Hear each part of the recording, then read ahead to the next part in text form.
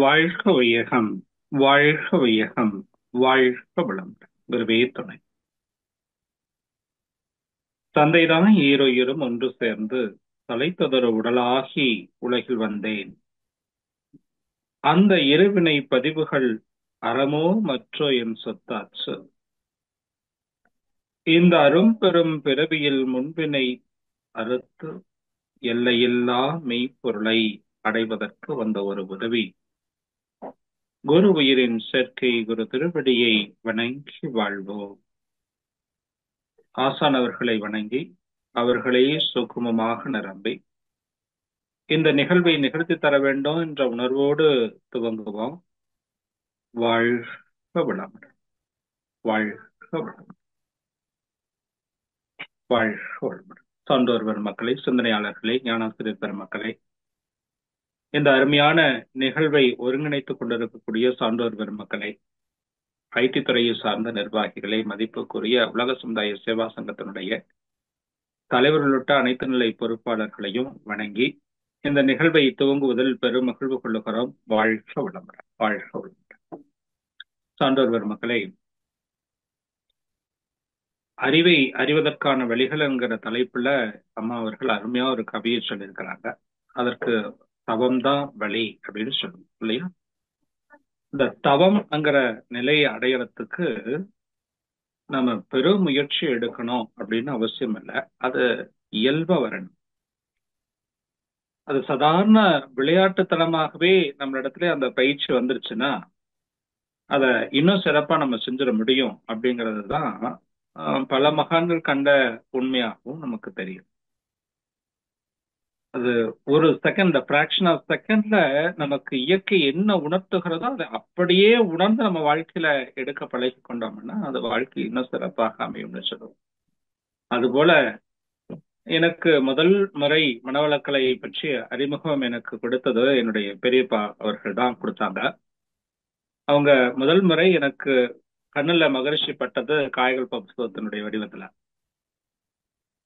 அவர் காயகல்ப புஸ்தகம் பயிற்சி எடுத்துட்டு அந்த புத்தகத்தோட எங்க வீட்டுக்கு வந்திருந்தாங்க. அப்போ மத்தியானம் நேரம் சாப்பிட்டுட்டு அவர் இங்க இருந்து எங்க வீட்டுல இருந்து ஒரு 20 கிலோமீட்டர் தள்ளி போகணும். ஒரு மணி நேரம் ஆகுங்கிறதுனால இங்க சாப்பிட்டுட்டு போயிடலாமே, பக்கத்துல வீடு இருக்குன்னு சொல்லிட்டு அவர் எங்க வீட்டுக்கு வந்திருந்தார். அப்ப அந்த புஸ்தகம் என்னுடைய கண்ணுல பட்ட போது அந்த பயிற்சியை எப்படியாவது செய்யணும் அப்படின்னு முயற்சி செய்து பார்க்கிறேன். அப்ப எங்க அப்பா சொன்னாரு, இல்லப்பா அதெல்லாம் உன்னால செய்ய முடியாது, இந்த பயிற்சி எல்லாம் செய்யறதுக்கு நீ முறையா வந்து கத்துக்கணும் அப்படின்னாரு. இல்லப்பா இதெல்லாம் என்ன ஈஸியா தானே இருக்குது, இது என்ன செய்யறது கஷ்டம் அப்படின்னு சொல்லி அந்த புத்தகத்துல இருக்கிற போட்டோவை பார்த்து அதே போல செய்தும் காமிச்சேன். ஆனா அது உள்ள என்ன இருக்குன்னு தெரியாது இல்லையா? அந்த பொசிஷன்ல நின்னு காமிச்சேன். இவ்வளவுதான் பயிற்சின்னு நான் நினைச்சுக்கிட்டு செய்து காமிச்சேன். அப்பதான் அவரு எனக்குள்ள இருந்த அந்த விஷயத்த கண்டுபிடிச்சு, சரிப்பா நான் வேற உடற்பயிற்சி எல்லாம் கத்துக்கிறதுக்காக நான் வருவேன், டெய்லியும் வரும்போது நீயும் வா, நம்ம 2 பேரும் சேர்ந்து போய் கத்துக்கலாம் அப்படின்னு சொல்லி அவர் தான் என்னை வந்து கூட்டிட்டு போய் இந்த பயிற்சி எல்லாம் கத்துக்க வச்சு ஆசிரியர் பயிற்சி வரைக்கும் என்ன ஒவ்வொரு கூடவே கூட்டிட்டு போய் ஆசிரியர் பயிற்சியும் முடிக்க வச்சாங்க. அதுக்கப்புறம் எங்க குடும்பத்துல இருக்கிற ஒவ்வொருத்தரா அந்த பயிற்சிக்கு வந்து எல்லா பயிற்சிகளும் எடுத்துக்கிறதுக்கான வாய்ப்பும் சூழலும் உருவாங்க. இப்படிதான் தொடர்ந்து நான் பயிற்சி எடுத்துக்கிறதுக்கு ஒரு உத்வேகத்தை கொடுத்தது என்னுடைய பெரியப்பா அவர்கள் தான். அதுல இந்த காய்கள் பயிற்சி தானே முதல் முறை எனக்கு உள்வாங்க விஷயம். ஆனா அந்த பயிற்சியை கத்துக்கிறதுக்கு எனக்கு கிட்டத்தட்ட 6 மாசம் ஆச்சு. டெய்லி மண்டத்துக்கு போவேன், உடற்பயிற்சி சொல்லி தருவாங்க, தவம் சொல்லி தர மாட்டாங்க. காய்கள் பயிற்சிக்கு ஒவ்வொரு முறையும் நடக்கும் போதும் போய் உட்கார்ந்தோம்னா அப்பெல்லாம் ஒரு 3 மாதத்துக்கு ஒருக்கா 6 மாதத்துக்கு ஒருக்கா காய்கள் பயிற்சி நடக்கும். இப்படி போய் உட்கார்ந்து காய்கள் பயிற்சியில உட்கார்ந்தோம்னா வேற எங்காவது ஒரு பேராசிரியர் வருவார். அவர் வந்து இந்த கூடலூர் பகுதியில வந்து பயிற்சியை கொடுத்துட்டு போவாங்க. அப்போ இதை பத்தி எல்லாம் விளக்கம் எல்லாம் சொல்ற வரைக்கும் உட்கார வச்சுட்டு அந்த பயிற்சி நடக்கிற சமயத்துல என்ன வெளியில அனுப்பிச்சிடுவாங்க. இது என்ன பண்றாங்கன்னு கண்டுபிடிக்கணுமேங்கிறதுக்காக வேண்டியே அந்த பயிற்சியை கத்துக்கணும் அப்படிங்கிற ஒரு ஆர்வம் எனக்குள்ள தூண்டுதலாக வந்தது.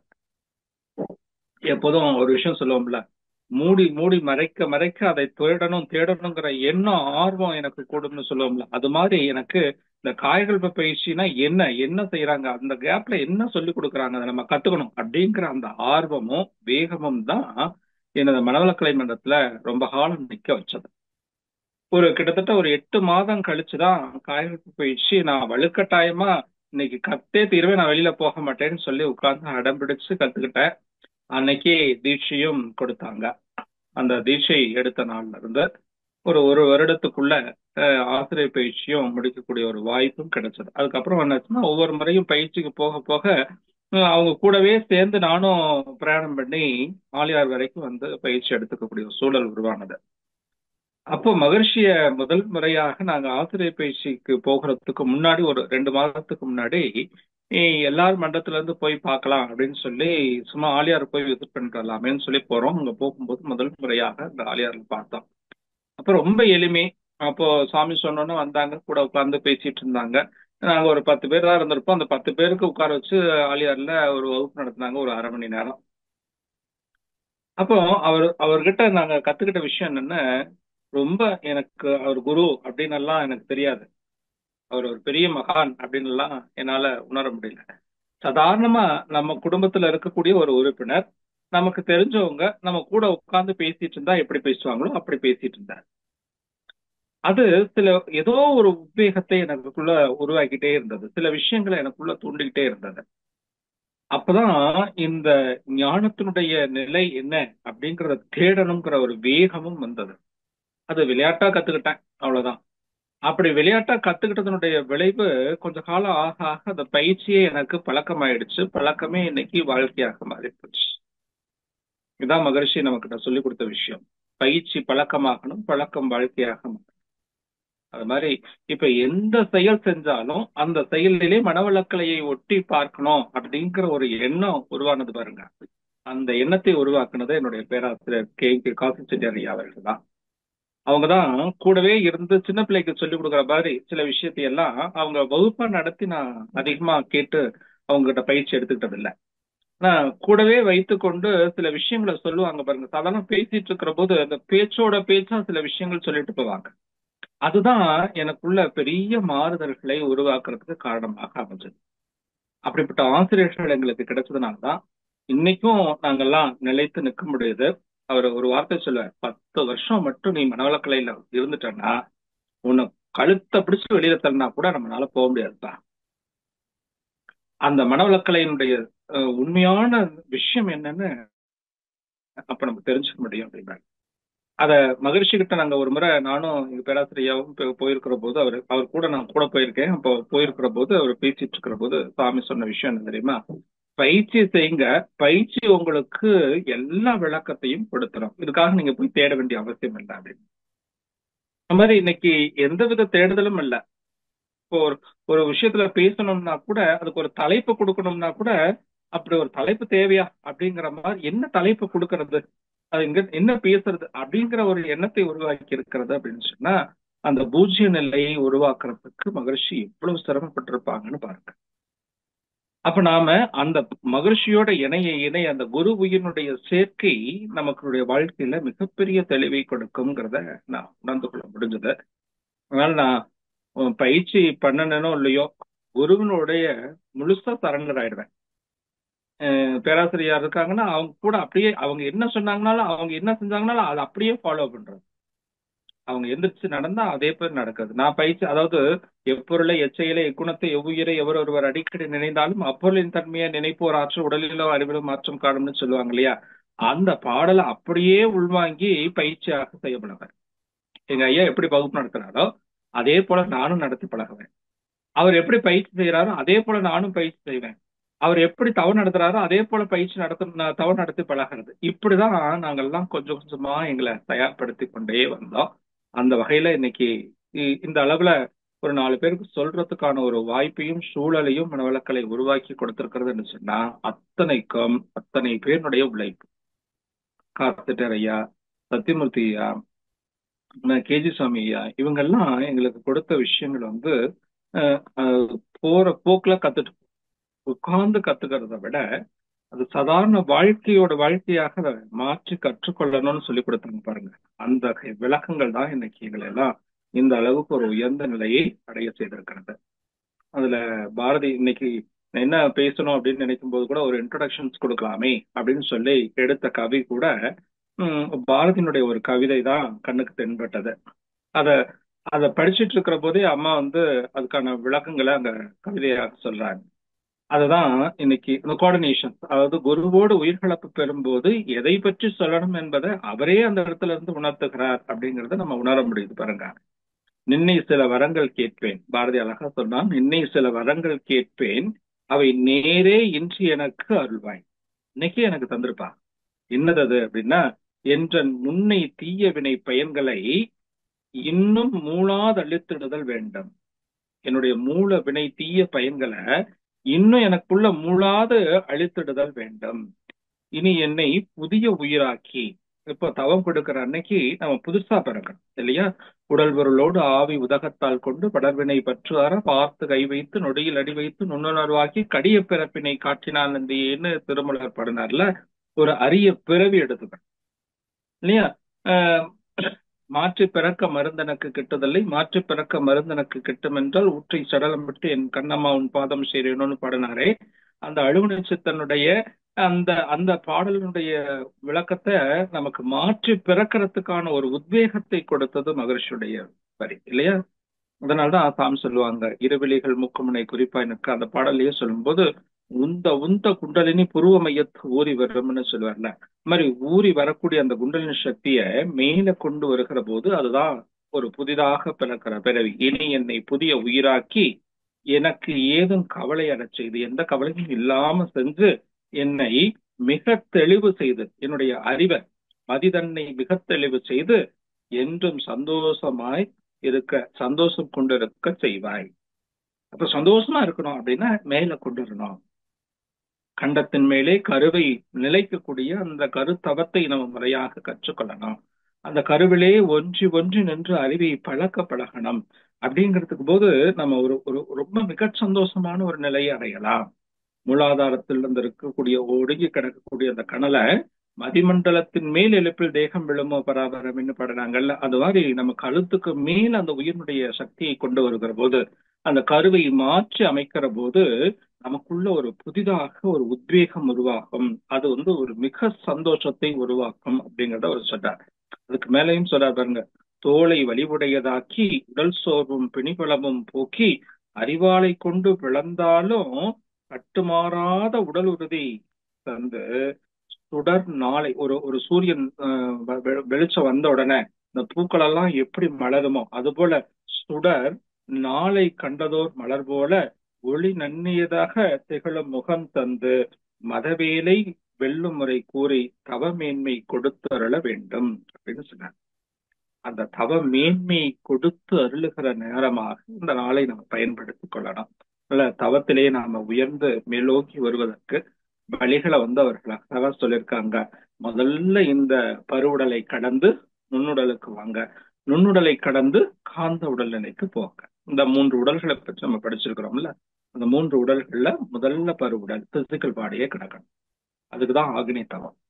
ஆக்னி தவம் செய்து செய்து பிசிக்கல் பாடியை கடந்து நீங்க வருகிற போது நுண்ணுடல் துரியதவம், உயிர் உயிராகவே மாறி நிற்கக்கூடிய நிலை. அந்த நிலையும் கடந்து வருகிற போது அது துரியாதீதம், அதுதான் ஆழ்நிலை, அது காந்த உடல். இந்த பிரபஞ்சமே தன்னுடைய உடலாக காட்சி காணும். அந்த மைக்ராகோஸ்டம்னு சொல்லுவாங்க இல்லையா? இங்க இருக்கிறது சின்ன உடல் மைக்ராகோஸ்டம். சுருங்கிய ஆன்மா இந்த உடலாக இருக்கிறது, விரிந்த ஆன்மா இந்த பிரபஞ்சமாக இருக்கிறது. இந்த மைக்ராகோசத்துல இருந்து மேக்ராகோசம்ங்கிற அந்த விரிந்த ஆன்மாவாக இந்த உடலையும் உயிரையும் மாற்றி பயன்படுத்துகிற போது இந்த உடலே இந்த பிரபஞ்சமாக இருக்கிறது. இந்த பிரபஞ்சத்தில் இருக்கக்கூடிய ஒவ்வொரு உறுப்புகளும் என்னுடைய உடலுடைய ஒரு உறுப்புகளாக இருக்கிறது. இப்படிங்கிற காட்சியாக காணுகிற போது அப்போ நமக்குள்ள ஒரு தெளிவும் நிறைவும் வரும்ல. அதுதான் சந்தோஷம், அதான் ஆனந்தம், அது பரமானந்தம், அதான் ஆனந்தமய கோஷம். அந்த ஆன்மாவை அந்த ஆனந்தமய கோஷ எல்லைக்குள்ள நம்ம கொண்டு போய் வச்சுக்கிறதுக்கு இந்த வாய்ப்பு நமக்கு பயன்படுத்தி கொள்ள வேண்டும் என்று சொல்லி, இந்த அளவுக்கு என்னை மிக உயர்ந்த நிலையை, எனக்கு இந்த ஆன்மாவை உயர்த்திய அத்தனை மகான்களையும் மகரிஷிகளையும் ஞானிகளையும் சித்தர்களையும் பேராசிரியர் பெருமக்களையும் வணங்கி இந்த கேள்வி பதில் நிகழ்வை துவங்குவதில் பெருமகிழ்வு கொள்கிறோம். வாழ்க வளம், வாழ்க வளம், வாழ்க வளமுடன்மா. வாழ்க வளமுடன் யா. மிகவும் சிறப்பியா உங்களுக்கு கைட் பண்றதெல்லாம் நல்ல முதுநிலை பேராசிரியர் கைட் பண்ணியிருக்காங்க. நீங்களும் நல்லா ஆழ்ந்து போயிருக்கீங்க. உங்களோட அனுபவம் கேட்கும்போது எங்களுக்கும் ஒரு நல்ல ஒரு மோட்டிவேஷன் கிடைக்குதுயா. எவ்வளவு தூரத்துக்கு நீங்க பயிற்சியை பண்ணதுனாலதான் உங்களுக்கு இந்த இடத்துல உட்கார வச்சிருக்காரு சுவாமிஜி. 4 பேருக்கு கேள்வி சொல்ற அளவுக்கு நீங்க கேள்வி பதில் நிகழ்ச்சி தொகுத்து வழங்குறீங்க. அதோட உங்களோட சிந்தனைகள் கூட ரொம்ப நல்லா இருக்குங்க. நாங்க எல்லாத்துலயும் அட்டன் பண்ணியிருக்கோம். மிகவும் சிறப்புயா. வாழ்க வளமுடன். வாழ்க்கை. அன்பர்கள், வாழ்க வளமுடன். அன்பர்கள் கேள்வி இருந்தா கேட்கலாம்.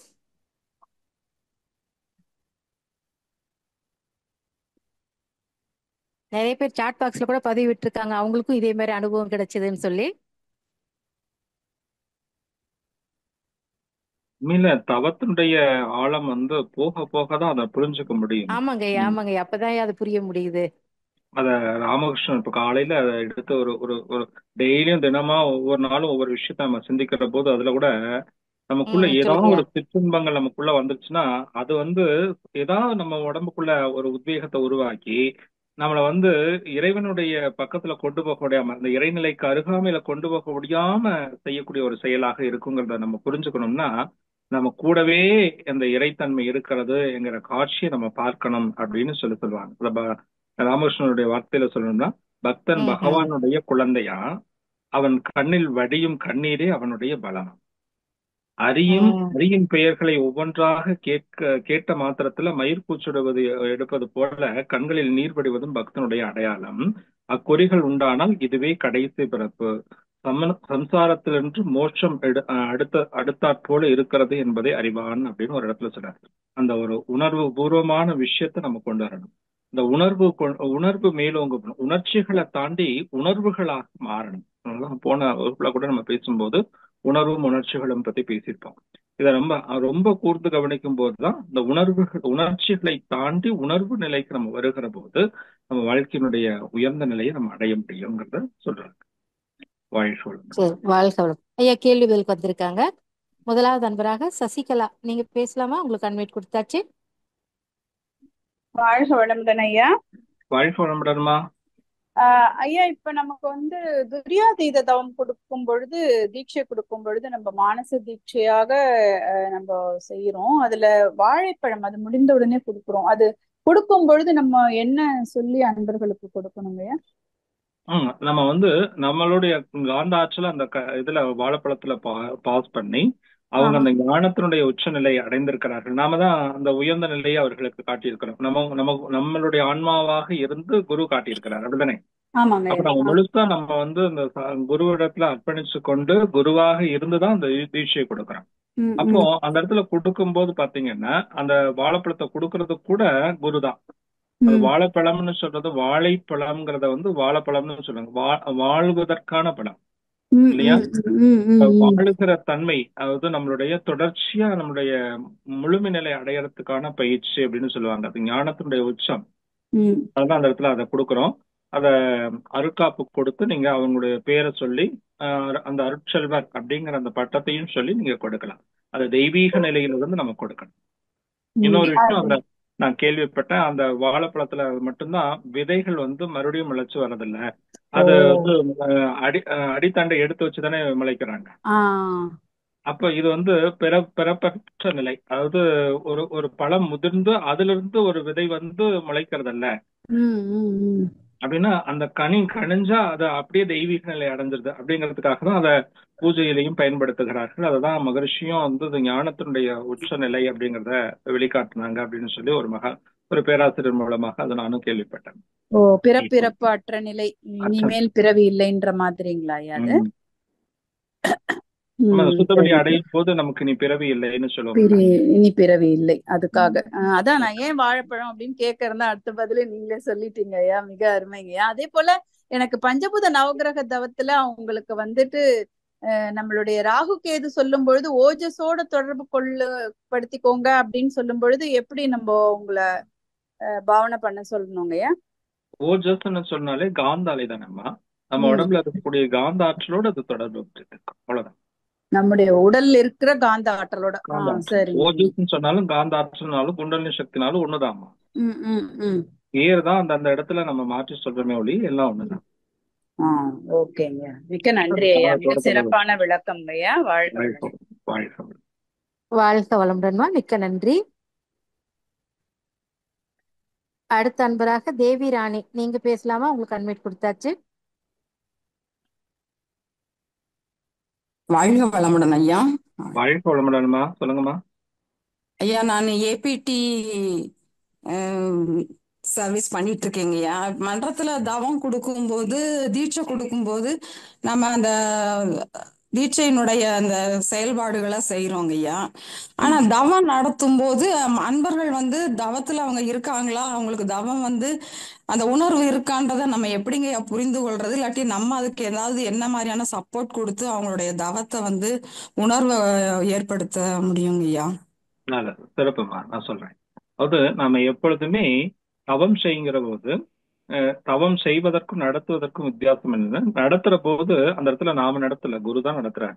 ஒண்ணு ஞாபகம் வச்சுக்க, நாம அந்த சீட்ல போய் உட்கார்ந்துட்டாலே அந்த இடத்துல குரு தான் இருக்காரு. அப்போ நம்ம குரு ஸ்தானத்துக்கு நம்ம உயர்த்தி கொள்ளணும்னா நம்மளுடைய தகுதி இன்னும் நாம உயர்த்தி வரணும். இப்போ ஒரு மகானுக்கு ஒருத்தர் முன்னாடி போய் நின்னா அவங்க எப்படிப்பட்டவர்கள் அப்படிங்கிறது தெரியும் இல்லையா?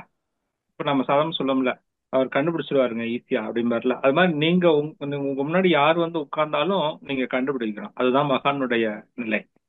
அப்ப நம்ம அந்த சரி தகுதியை நம்ம உயர்த்தி கொள்ளணும். அதுக்கு நீங்க நிறைய கண்ணாடி பயிற்சி தொடர்ந்து செய்யணும். அது போக சரி. 9 மையத்தாவும் நல்லா செய்யுங்க, தொடர்ந்து செய்யுங்க. அப்படி செய்யும் போது என்ன ஆகும்னா, சூக்கும வெளிப்பாடுன்னு படிச்சிருக்கோம் இல்லையா? இந்த ஆமா. சூக்கும வெளிப்பாடு ப்ரொஜெக்ஷன் ஆகி நிக்கிறத நம்ம ஃபீல் பண்ணலாம். அது அந்த ப்ரொஜெக்ஷன்ஸ் வந்து நீங்க அந்த இடத்துல தவறு நடத்தும் போது உங்களை அந்த சபை இடத்துல முழுசா அர்ப்பணித்து கொண்டு நீங்க தவறு நடத்துனீங்கன்னா அது ம். அந்த சூக்குமம் ப்ரொஜெக்ட் ஆகி அந்த ஹால் முழுக்க விரிவு பெற்று நிற்கும். அப்படி ஹால் முழுக்க விரிவு பெற்று நிற்கும் போது நீங்க எந்த நிலையில இருக்கிறீங்களோ அந்த நிலையிலேயே அவர்களையும் வைத்துக் கொள்ளும். இப்ப நீங்க சரியா இல்லைன்னா அவங்களும் சரியில்லைன்னா அப்ப நாம தவத்தினுடைய உயர்ந்த நிலைக்கு போனா தான் அவர்களை கொண்டு வர முடியும் இல்லையா? இப்போ ஒருத்தர் ஆமாங்க. பள்ளத்துல கிடக்குறாரு, நாம மேல இருந்து அவரை தூக்கணும்னு நினைக்கிறோம் அப்படின்னா நாம பலசாலியா இருந்தா தான் அவங்களை தூக்க முடியும். சரி. நம்ம பலசாலியா இல்லைன்னா நம்ம அவரை தூக்க போனோம் நாமளும் எங்க விழுந்துருவோம். பள்ளத்துல விழுந்துரும். அப்ப நாம வந்து நம்மளுடைய தவநிலைகளை உயர்த்தி கொள்ளணும், நிறைய பயிற்சி பண்ணணும். அந்த இடத்துல இருந்து பயிற்சிகளை எப்படி ஆசிரியர்கள், அந்த மூத்த ஆசிரியர்கள் நடத்துறாங்கிறத நீங்க பார்த்து பார்த்து அனுபவிச்சு பழகணும். அதை எப்படி சரி. பழகலாம் அப்படிங்கிறதுக்கு நான் கத்துக்கிட்ட விஷயத்த சொல்றேன். இப்ப எங்க ஐயா ம். தவம் நடத்தும் போது நான் கண்ணை திறந்து சில நேரங்கள்ல வகுப்புல எல்லாம் போகும்போது அவங்க வந்து தவம் நடத்துவாங்க. அப்போ நாங்க வந்து இந்த சர்வீஸ் பண்ணிட்டே இருக்கிறதுனால நான் வந்து சர்வீஸ் தான் பண்ணிட்டு இருப்பேன், என்னுடைய வேலை மட்டும் தான் செஞ்சுட்டு இருப்பேன். என் கண்ணு என்னுடைய காது எல்லாம் எங்க இருக்கும்னா எங்க ஐயாட்ட இருக்கும். சரி. அவர் எப்படி நடத்துறாங்க என்ன அப்போ அவரை நினைக்கும் போது நமக்கு தான் தெரியுமே, எப்பொருளை குணத்தை எச்சையில நினைச்சாலும் அப்பொருளுடைய தன்மையாக மாறிடும்ல. நம்மளுடைய ஆமா. நினைவு முழுசுமாக அவராக மாறும்போது அவர் எந்த நிலையிலிருந்து அந்த பயிற்சி நடத்துறாங்க அப்படின்னு நம்மளால ஃபீல் பண்ண முடியும். இந்த ஃபீலிங்கை நீங்க உருவாக்கி கொள்ளணும். சரிங்கய்யா. அதனால நிறைய மற்ற ஆசிரியர்கள் நடத்தும் போது நல்ல மூத்த ஆசிரியர்கள் நடத்தும் போது அவர்களோட இருந்து நீங்க அனுபவிச்சு அனுபவிச்சு பழகுனீங்கன்னா அவங்க எப்படி அந்த பயிற்சி கொடுக்குறாங்கிறது இதெல்லாம் வந்து சொல்லி கொடுத்து வராது. சரிங்க. இதெல்லாம் நீங்க கூட இருந்து அனுபவிச்சு பழகி கொள்ளணும். சரிங்கய்யா. நான் வாழ்த்து. மாலை நேர தவம் நடத்தும் போது அந்த தவத்துல இருக்கிற அன்பர்கள் வந்து நான் தவம் நடத்துற முறையை வந்து அவங்க விரும்புறாங்க. தவம் எனக்கு நல்லா கிடைச்சதுமா அப்படின்னு சொல்றாங்க. ஆனா ம் எனக்கு தான் அவங்களுடைய உணர்வை வந்து புரிஞ்சுக்கிறதுக்கு இன்னும் தெரியலங்கய்யா. ம் ஒண்ணும் இல்லம்மா, நீங்க வந்து நம்ம நம்ம அது அவனுக்கு தான் நான் என்ன சொன்னேன், நீங்க நல்லா அந்த 9 மையத்தாவும் நல்லா செய்யணும். நீங்க செய்யும் சரிங்க. போது உங்களுக்கு எந்த நிலையில அவங்க இருக்காங்கங்கிறத நம்மளால பார்க்கவே முடியும். இன்னும் சொல்ல போனா சரிங்க. நல்லா பயிற்சி பண்ணுங்க. ஓகேங்க. வாழ்க வளமுடன் பயிற்சி. ஐயா. வாழ்க வளமுடன். வாழ்க வளமுடன்மா, மிக்க நன்றி. வாழ்க வளமுடன். ஐயா, எனக்கு ஒரு கேள்வி. கேளுங்கம்மா. இன்னும் அடுத்த அன்பர் யாரும் வரல. இப்ப நீங்க சொல்றீங்க இல்லையா, கண்ணாடி தாவம் வந்து டெய்லி பண்ணணும் அப்படின்ட்டு. ம் அப்ப டெய்லி பண்ணும்போதே நம்மளுக்கு அந்த எனர்ஜில இன்னும் அதிகமா தானேயா இருக்கும்? கண்டிப்பா. அப்ப கூட தவம் பண்றோம், பயிற்சிகளும் பண்றோம். அப்ப நம்மளுக்கு அந்த உடம்பு ஹீட் ஆகாதா? ஒன்னும் ஹீட் ஆகாதுமா. ஏன் ஹீட் ஆஹ் ஆகுது? ஹீட்டுங்கிறதுக்கும் தவக்கணலுக்கும் வித்தியாசம் உண்டு. தவக்கணல்ங்கிறது தபஸ்ன்னு சொல்றோம் இல்லையா? அது ஆமா. வந்து சூக்குமம் தான். அந்த ம் ம். சூக்குமம் வந்து உள்ளுக்குள்ள பிதுங்குகிற போது ஆட்டோமேட்டிக்கா விரிவு பெற்று போயிடும். ஓஹோ. நிரம்பும் போது எந்த இடத்துலயும் ஒரு பொருள் அடைக்கும் போது அது நிரம்பிச்சுன்னா ஆட்டோமேட்டிக்கா பிதுங்கிட்டு வெளியில வந்துடும். அதுதானே இயல்பு. ஆமாங்கய்யா. அப்போ அது பிதுங்கி வெளியில வரும்போது எவ்வளவு தூரத்துக்கு அது விரிவு பெற்று நிற்குதோ அதுதான் உங்களுடைய ப்ரொஜெக்ஷன். ஆனா இல்ல, அந்த நீங்க சொன்ன மாதிரி சூக்கும பயிற்சி. வெளிப்பாடு, அந்த சூக்கும பயிற்சி. வெளிப்பாட்டை தான் நீங்க அனுபவிச்சு கொள்ளலாம். ஓ, அதுதான் அனுபவிச்சு பலன்றேன். ஆனா பயிற்சி எல்லாம் டெய்லி பண்றேன். நான் கண்ணாடி தவம் மட்டும் வாரத்துல ஒரு நாள் 2 நாள் தான் பண்ணிட்டு இருக்கோம். இப்ப நீங்க சொன்னதுக்கு அப்புறம் தான் தெரியுது டெய்லி பண்ணணும் அப்படின்ட்டு. பண்ணணும். சரி, அதுலயும் நீங்க இனிமே ஆசிரியர்களா இருக்கிறவங்க நீங்க செஞ்சுட்டு இருந்தீங்கன்னா நீங்க மற்றவங்களுக்கு கொடுத்துட்டே இருக்கிறீங்க. கொடுக்க கொடுக்க ஆமா தான் அது ஆமா. ஊறிக்கிட்டே இருக்கும். இறைக்கிற கிணறு தானே ஊறும். ஆமாங்கய்யா. அப்ப நீங்க செய்யலாம். உங்களுக்கு வாய்ப்பு சரி. அப்படி ரொம்ப என்ன தவக்கணல் கூடிருச்சுன்னா, ஆ, நீங்க ஒரு உதாரணத்துக்கு சொல்றேன். தவத்தினுடைய உச்ச நிலைக்கு நீங்க போனா உங்க சூக்குமமே வெளிப்பட்டு நிக்குங்கிறதானே நம்ம படிக்கிறோம். ஆமா. அது உங்க புத்தகத்திலே எப்படி போட்டிருக்கோம்? 150 யூனிட்டுக்கு மேல, அதாவது நம்ம உடல் தேவைக்கு மேல 50% அதிகமாக வந்துருச்சுன்னா ம் சூக்கும ம். வெளிப்பாடு ஏற்படும். ஓ, அப்படிதானே கொடுத்திருக்காங்க. அந்த சூக்கும ஆமா ஆமா, வெளிப்பாடு அந்த நம்ம புக்ல என்னைக்கு அப்படிதான் உணர்ந்தோம்? கொடுத்துருக்காங்க. அது உணரலையே நம்ம இன்னும். அப்படி சூக்கும வெளிப்பாடு வந்துருச்சுனாக்க உங்க முன்னாடி ஆ, ஒருத்தர் நிக்கிறாருன்னா நீங்க சொல்றதை அப்படியே அவர் கேட்கணும். ஆஹா. ஆனா இல்லையா? இப்ப முதல்ல ஒரு அம்மா சொன்ன மாதிரி கிளாஸ் நடத்தும் போதெல்லாம் இப்ப ஈவினிங் மன்றத்துல போய் தவம் நானும் நடத்திக்கிட்டு தான் இருக்கேன். நடத்தும் போதோ கிளாஸ் அகத்தாய்வெல்லாம் நடக்கும்போது கூட சொல்லுவாங்க, மேடம் அப்படியே நீங்க சொன்னது கூட நாங்க வீட்டுல போய் நினைக்கும் போது கூட அப்படியே ஞாபகத்துல வருது. எங்களுக்கு என்ன பண்றீங்கன்னு கேட்பாங்க. இல்ல நான் மகிழ்ச்சிட்டு இருந்தாப்பா சொல்றேன், வேற எதுவும் நான் அவர் கருத்து தான் சொல்லிக்கிட்டு இருக்கேன் அப்படின்னு நான் சொல்லுவேன். ஆனா சொல்லுவாங்க திருப்பி திருப்பி, அது அப்படியே எங்களுக்கு ரிப்பீட்டா வந்துகிட்டே இருக்கு. நீங்க சொன்னதே அதுதான் எங்களுக்கு ஞாபகம். அதுதான் இணைப்பு. அது குருவினுடைய இணைப்பு. குருவோட இணைப்பு வருகிற போது குருவினுடைய உயிர்கலப்பு அதிகமாகும் போது ஆட்டோமேட்டிக்கா அந்த எல்லா உயிரோடையும் இணைஞ்சு நிற்கும். ஓ, இதுதானா? சரியா, நான் தெரியல இதுதானே. இப்ப நீங்க உங்கள்ட்ட தான் கேட்கிற விளக்கம் அதான்யா. சரி, ஆமா. அடுத்த அன்பர் வந்திருக்காங்கயா. பத்மினி குரு, நீங்க பேசலாமா? உங்களுக்கு அன்மிட் கொடுத்தாச்சு. ஐயா, பத்மினி குரு. வாழ்க வளமுடன் ஐயா. வாழ்க்கை அஹ், வளமுடன்மா. வாழ்க வளமுடன் ஐயா. சொல்லுங்கம்மா. நான் துரியாதீத தவம் செஞ்சிட்டு இருந்தேங்கய்யா. ம். ஆகனையில இருந்து துரியம் போறப்ப துரியத்துல ரொம்ப அப்படியே தலை பூரா நம்ம கையை இப்படி வச்சு அவங்க சுத்தி விட்டு இல்லாம அப்படியே கைய நம்ம தலையில வைக்கிறாங்களே அந்த அளவுக்கு அப்படியே கனமா இருந்துச்சுங்கய்யா. ஒரு ம். நாள் கூட அந்த உணர்வு இல்ல. புள்ளி வடிவா தான் நம்ம துரியத்துல நான் செஞ்சிருக்கேன் இவ்வளவு நாளும். ம். அன்னைக்கு மட்டும் எனக்கு தலை பூரா அந்த மாதிரி ஒரு மாதிரி இருந்துச்சுங்க, பாரமா. அது எவ்வளவு நேரம் அப்படி அதை விட்டு மேல போகும், துவாதசாங்கம் போகவும் என்னால முடியல. அப்படியே ம். ஒரு 10 நிமிஷம் போல அப்படியே இருந்தேங்கய்யா. அது எப்படிங்கய்யா அந்த உணர்வு எனக்கு? அது அதுதான் எப்படின்னு சொல்லி. அதுதான் துரிய நிலை தவம். அப்பனா அந்த தவத்தினுடைய அதீத நிலை தான் துரியாதீதமாக மாறும். ஓ, நீங்க அந்த ஒரு அந்த இது முடியற வரைக்கும் அப்படியே அதுலயே இருக்கலாமாங்க எவ்வளவு நேரம் இருந்தாலும்? நீங்க எவ்வளவு நேரம் இருக்கலாம் வேணாலும் இருக்கலாமேம்மா. என்னம்மா பண்ண போதும்? ஒன்றும் பண்ண சரிங்க. அந்த மாதிரி ஒரு நாள் கூட இருந்தது இல்லைங்கய்யா. அன்னைக்கு அப்படி ஆழ்ந்து நீங்க செய்யறப்பதான் அப்படி இருக்கும் அப்படின்னு மன்றத்துல கேட்டதுக்கு சொன்னாங்க பேராசிரியர்கள்லாம். அது எனக்கு சில உங்ககிட்ட நேரங்கள் கேட்டு அதை தெளிவுபடுத்தி சில நேரங்கள்ல தாம்மா சொல்லுங்கய்யா. நமக்கு அந்த சூழல் அமையும் போது அது நமக்கு இயல்பா தெரிய ஆரம்பிக்கும். அப்படி தெரியற போது அதை அனுபவிச்சு பழகிடணும். அப்புறம் அதைவே நினைச்சு நினைச்சு நம்ம அந்த உணர்வை உருவாக்கி பழக்கி கொண்டோம்னா இன்னும் சீக்கிரமா அந்த உணர்வு நிலைக்கு போயிடணும். ஓகேங்கய்யா. வாழ்க்கை வாழ்க்கை வளமுடைங்க. அதான் ஒரு நாள் கூட சிறப்பு, எனக்கு சிறப்பு. அப்படி கிடைச்சது இல்லைங்க இல்லையா. இப்ப நான் கிடைச்சதுனால எப்படி அது நல்லதான் எனக்கு இது கிடைச்சிருக்கா எப்படிங்கறது எனக்கு தெரியலைங்க. அதனாலதான் உங்ககிட்ட அது இன்னொன்னு தெளிவுபடுத்திக்கலாம்னு கேட்டேன். நீங்க அதை அனுபவிக்கலாமா? ம். நீங்க எப்போதுமே ஓகே. சாதாரண ம். நாட்கள்ல தவறு நடத்துறதை விட துரியாதீத ஆ, தவம் கொடுக்கும்போது அந்த இடத்துல கண்டிப்பாக அங்க பேராசிரியர் இருக்க மாட்டாங்க. அங்க இருக்கிறது மகிழ்ச்சி சரி. தான். ஓகேங்க. அவர் தான் இருந்து அந்த தவத்தை கொடுக்க முடியும். வேற யாராலையும் அது முடியாது. நீங்க அந்த இடத்துல சரி. யார் கொடுத்தாலும் சரி, ஒண்ணுமே தெரியாதவர் ஒருத்தர் வந்து நின்று அங்க துரியாதீத தவம் இன்னைக்கு தீட்சை கொடுக்குறேன்னு கொடுத்தாலும் அந்த இடத்துல முழுசுமாக அவர் உள்வாங்கப்பட்டு தான் கொடுக்க முடியும். அப்போ ஓகேங்க. அவர் யாரு தொடுறாங்க அந்த இடத்துல? குருவே தொடுறார். அப்ப அது இவ்வளவு தவ வலிமை. சரிங்க. சரிங்க. அந்த உணர்வு நமக்கு அபரிமிதமா இருக்கதான் செய்யும். சரிங்கய்யா. வாழ்க வளமுடன் ஐயா. தெளிவுபடுத்திக்கிட்டேங்கய்யா. வாழ்க வளமுடன். சிறந்த விளக்கங்க ஐயா. வாழ்க வளமுடன். அம்மா நன்றிங்கம்மா. வா- வாழ்க வளமுடன். வாழ்க வளமுடன்மா, மிக்க நன்றி. அடுத்த அன்பராக மலர்விழி, நீங்க பேசலாமா? வாழ்க வளமுடன்மா. வாழ்க வளமுடன் ஐயா. சொல்லுங்கம்மா. ஐயா, அது ஞான களஞ்சியம் பாடலாம் மனப்பாடம் பண்ணணும்னு நினைச்சிட்டு இருக்குங்க ஐயா. ம். ஆனா அது இன்னும் போவே முடிய மாட்டேங்குங்க ஐயா. போற ம். நம்ம நமக்கு தெரிஞ்ச பாட்டை பாடிட்டு மனசுல வச்சுட்டு நினைச்சிட்டு வந்துடுறோம். ம் அதுவே கலெக்ட் பண்ணிட்டு இருக்கிறேன் தவிர போய் அதுல நல்லா இன்வால்வ் ஆகி பாடணும்னு நினைக்கிறேன், ம் மனப்பாடம் பண்ணணும்னு நினைக்கிறேன். அது என்னமோ தெரியல, ஏதோ ஒரு தடங்கு இந்த மாதிரியே இருக்குங்கய்யா. அது என்ன காரணங்கய்யா? ஒண்ணும் இல்ல. நீங்க டெய்லி சாயந்தரம் படுக்க போகும்போது, நைட்டு படுக்கும்போது அதை படிச்சு ஒரு 2 தடவை படிச்சுட்டு படுங்க. அது கொஞ்சம் கொஞ்ச சரிங்கய்யா. நாள் ஆக ஆக அது பழக்கமாயிடும். ஒரு நாளைக்கு ஒரு பாடல் அப்படி சும்மா படிச்சுட்டு படிச்சுட்டு வைங்க. அது சரி மனப்பாடம் சரிங்கய்யா. பண்ணணும்லாம் வேண்டாம். அது உணரணும். சரி, அவர் அதுதாங்கய்யா. நிலைக்கு போனா தான் அந்த கருத்துக்கள் எல்லாம் நம்ம உள்வாங்க முடியும். அந்த ஃப்ரீக்வன்சி அதுதாங்கய்யா. லெவல் வந்து லோ ஆகணும். அதனால நீங்க எப்போதுமே தூங்க போகும்போது இதை படிங்க. இன்னும் சீக்கிரமா சரிங்க. உணர முடியும். நன்றிங்கய்யா. வாழ்க வளமுடன்ங்கய்யா. வாழ்த்துக்கள். வாழ்க வளமுடன். நன்றிங்கய்யா. வாழ்க வளமுடன்மா, மிக்க நன்றி. அடுத்த அன்பராக உமையாலம்மா, நீங்க கேள்வி கேட்கலாமா? அம்மா வாழ்க வளமுடன்மா, வாய்ப்பு நன்றிமா. ஐயா வாழ்க வாழ்க வளமுடன். வளமுடன். வாழ்க வளமுடன்மா. ஐயா இப்போ வந்து இறைவனிடம் போய் கேட்கும்போது அறிவை கொடு அப்படின்னு சொல்றாங்க ஐயா. ஜீவாத்மா பரமாத்மாவோட இணையணும் அப்படின்னு சொல்றாங்களா ஐயா? அந்த அந்த இதை சொல்லுங்க ஐயா. இறைவனிடத்துல இறைவன் சொன்னாலே அது தப்பு. இறைநிலை அப்படின்னு சொல்லலாம்.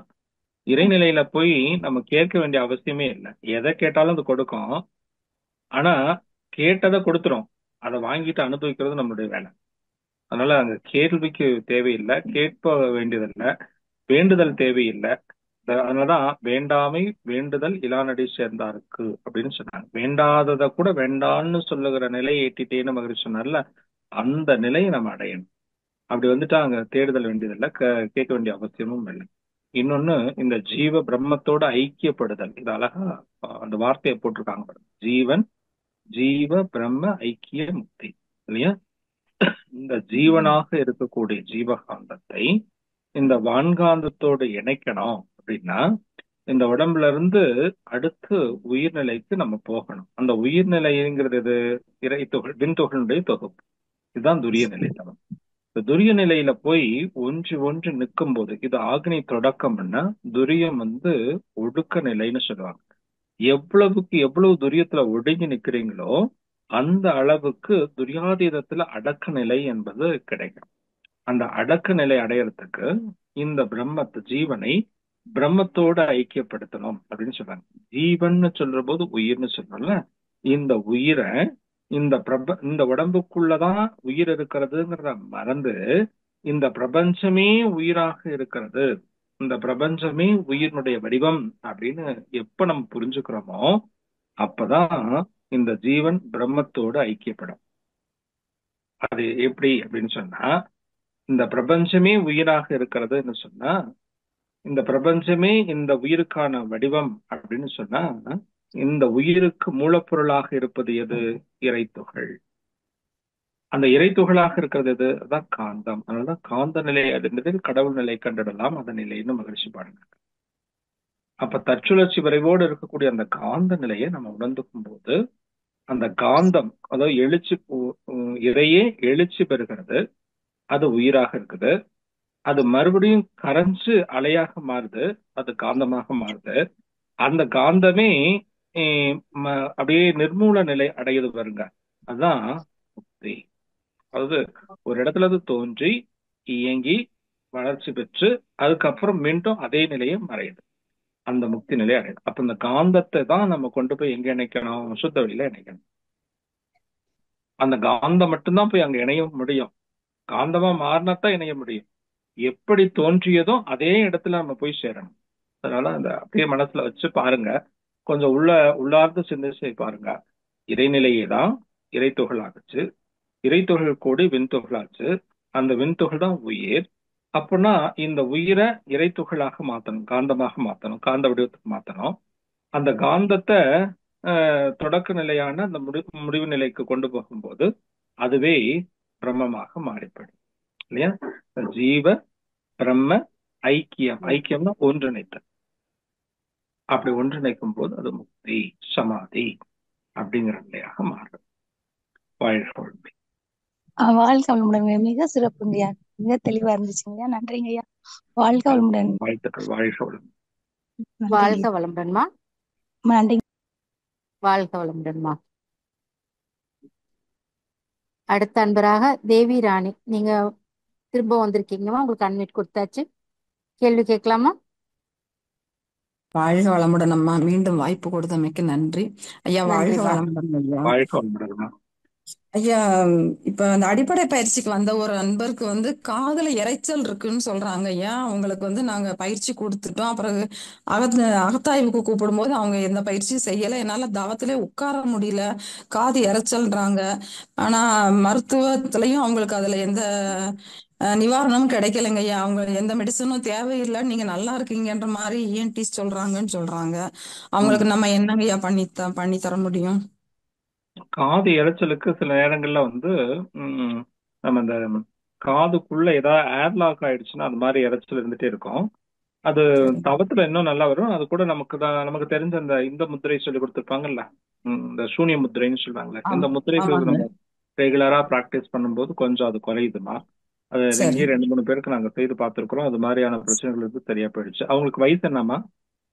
அவங்களுக்கு 35 இருக்குங்க ஐயா. 35 இருக்குல்ல. ஓகே.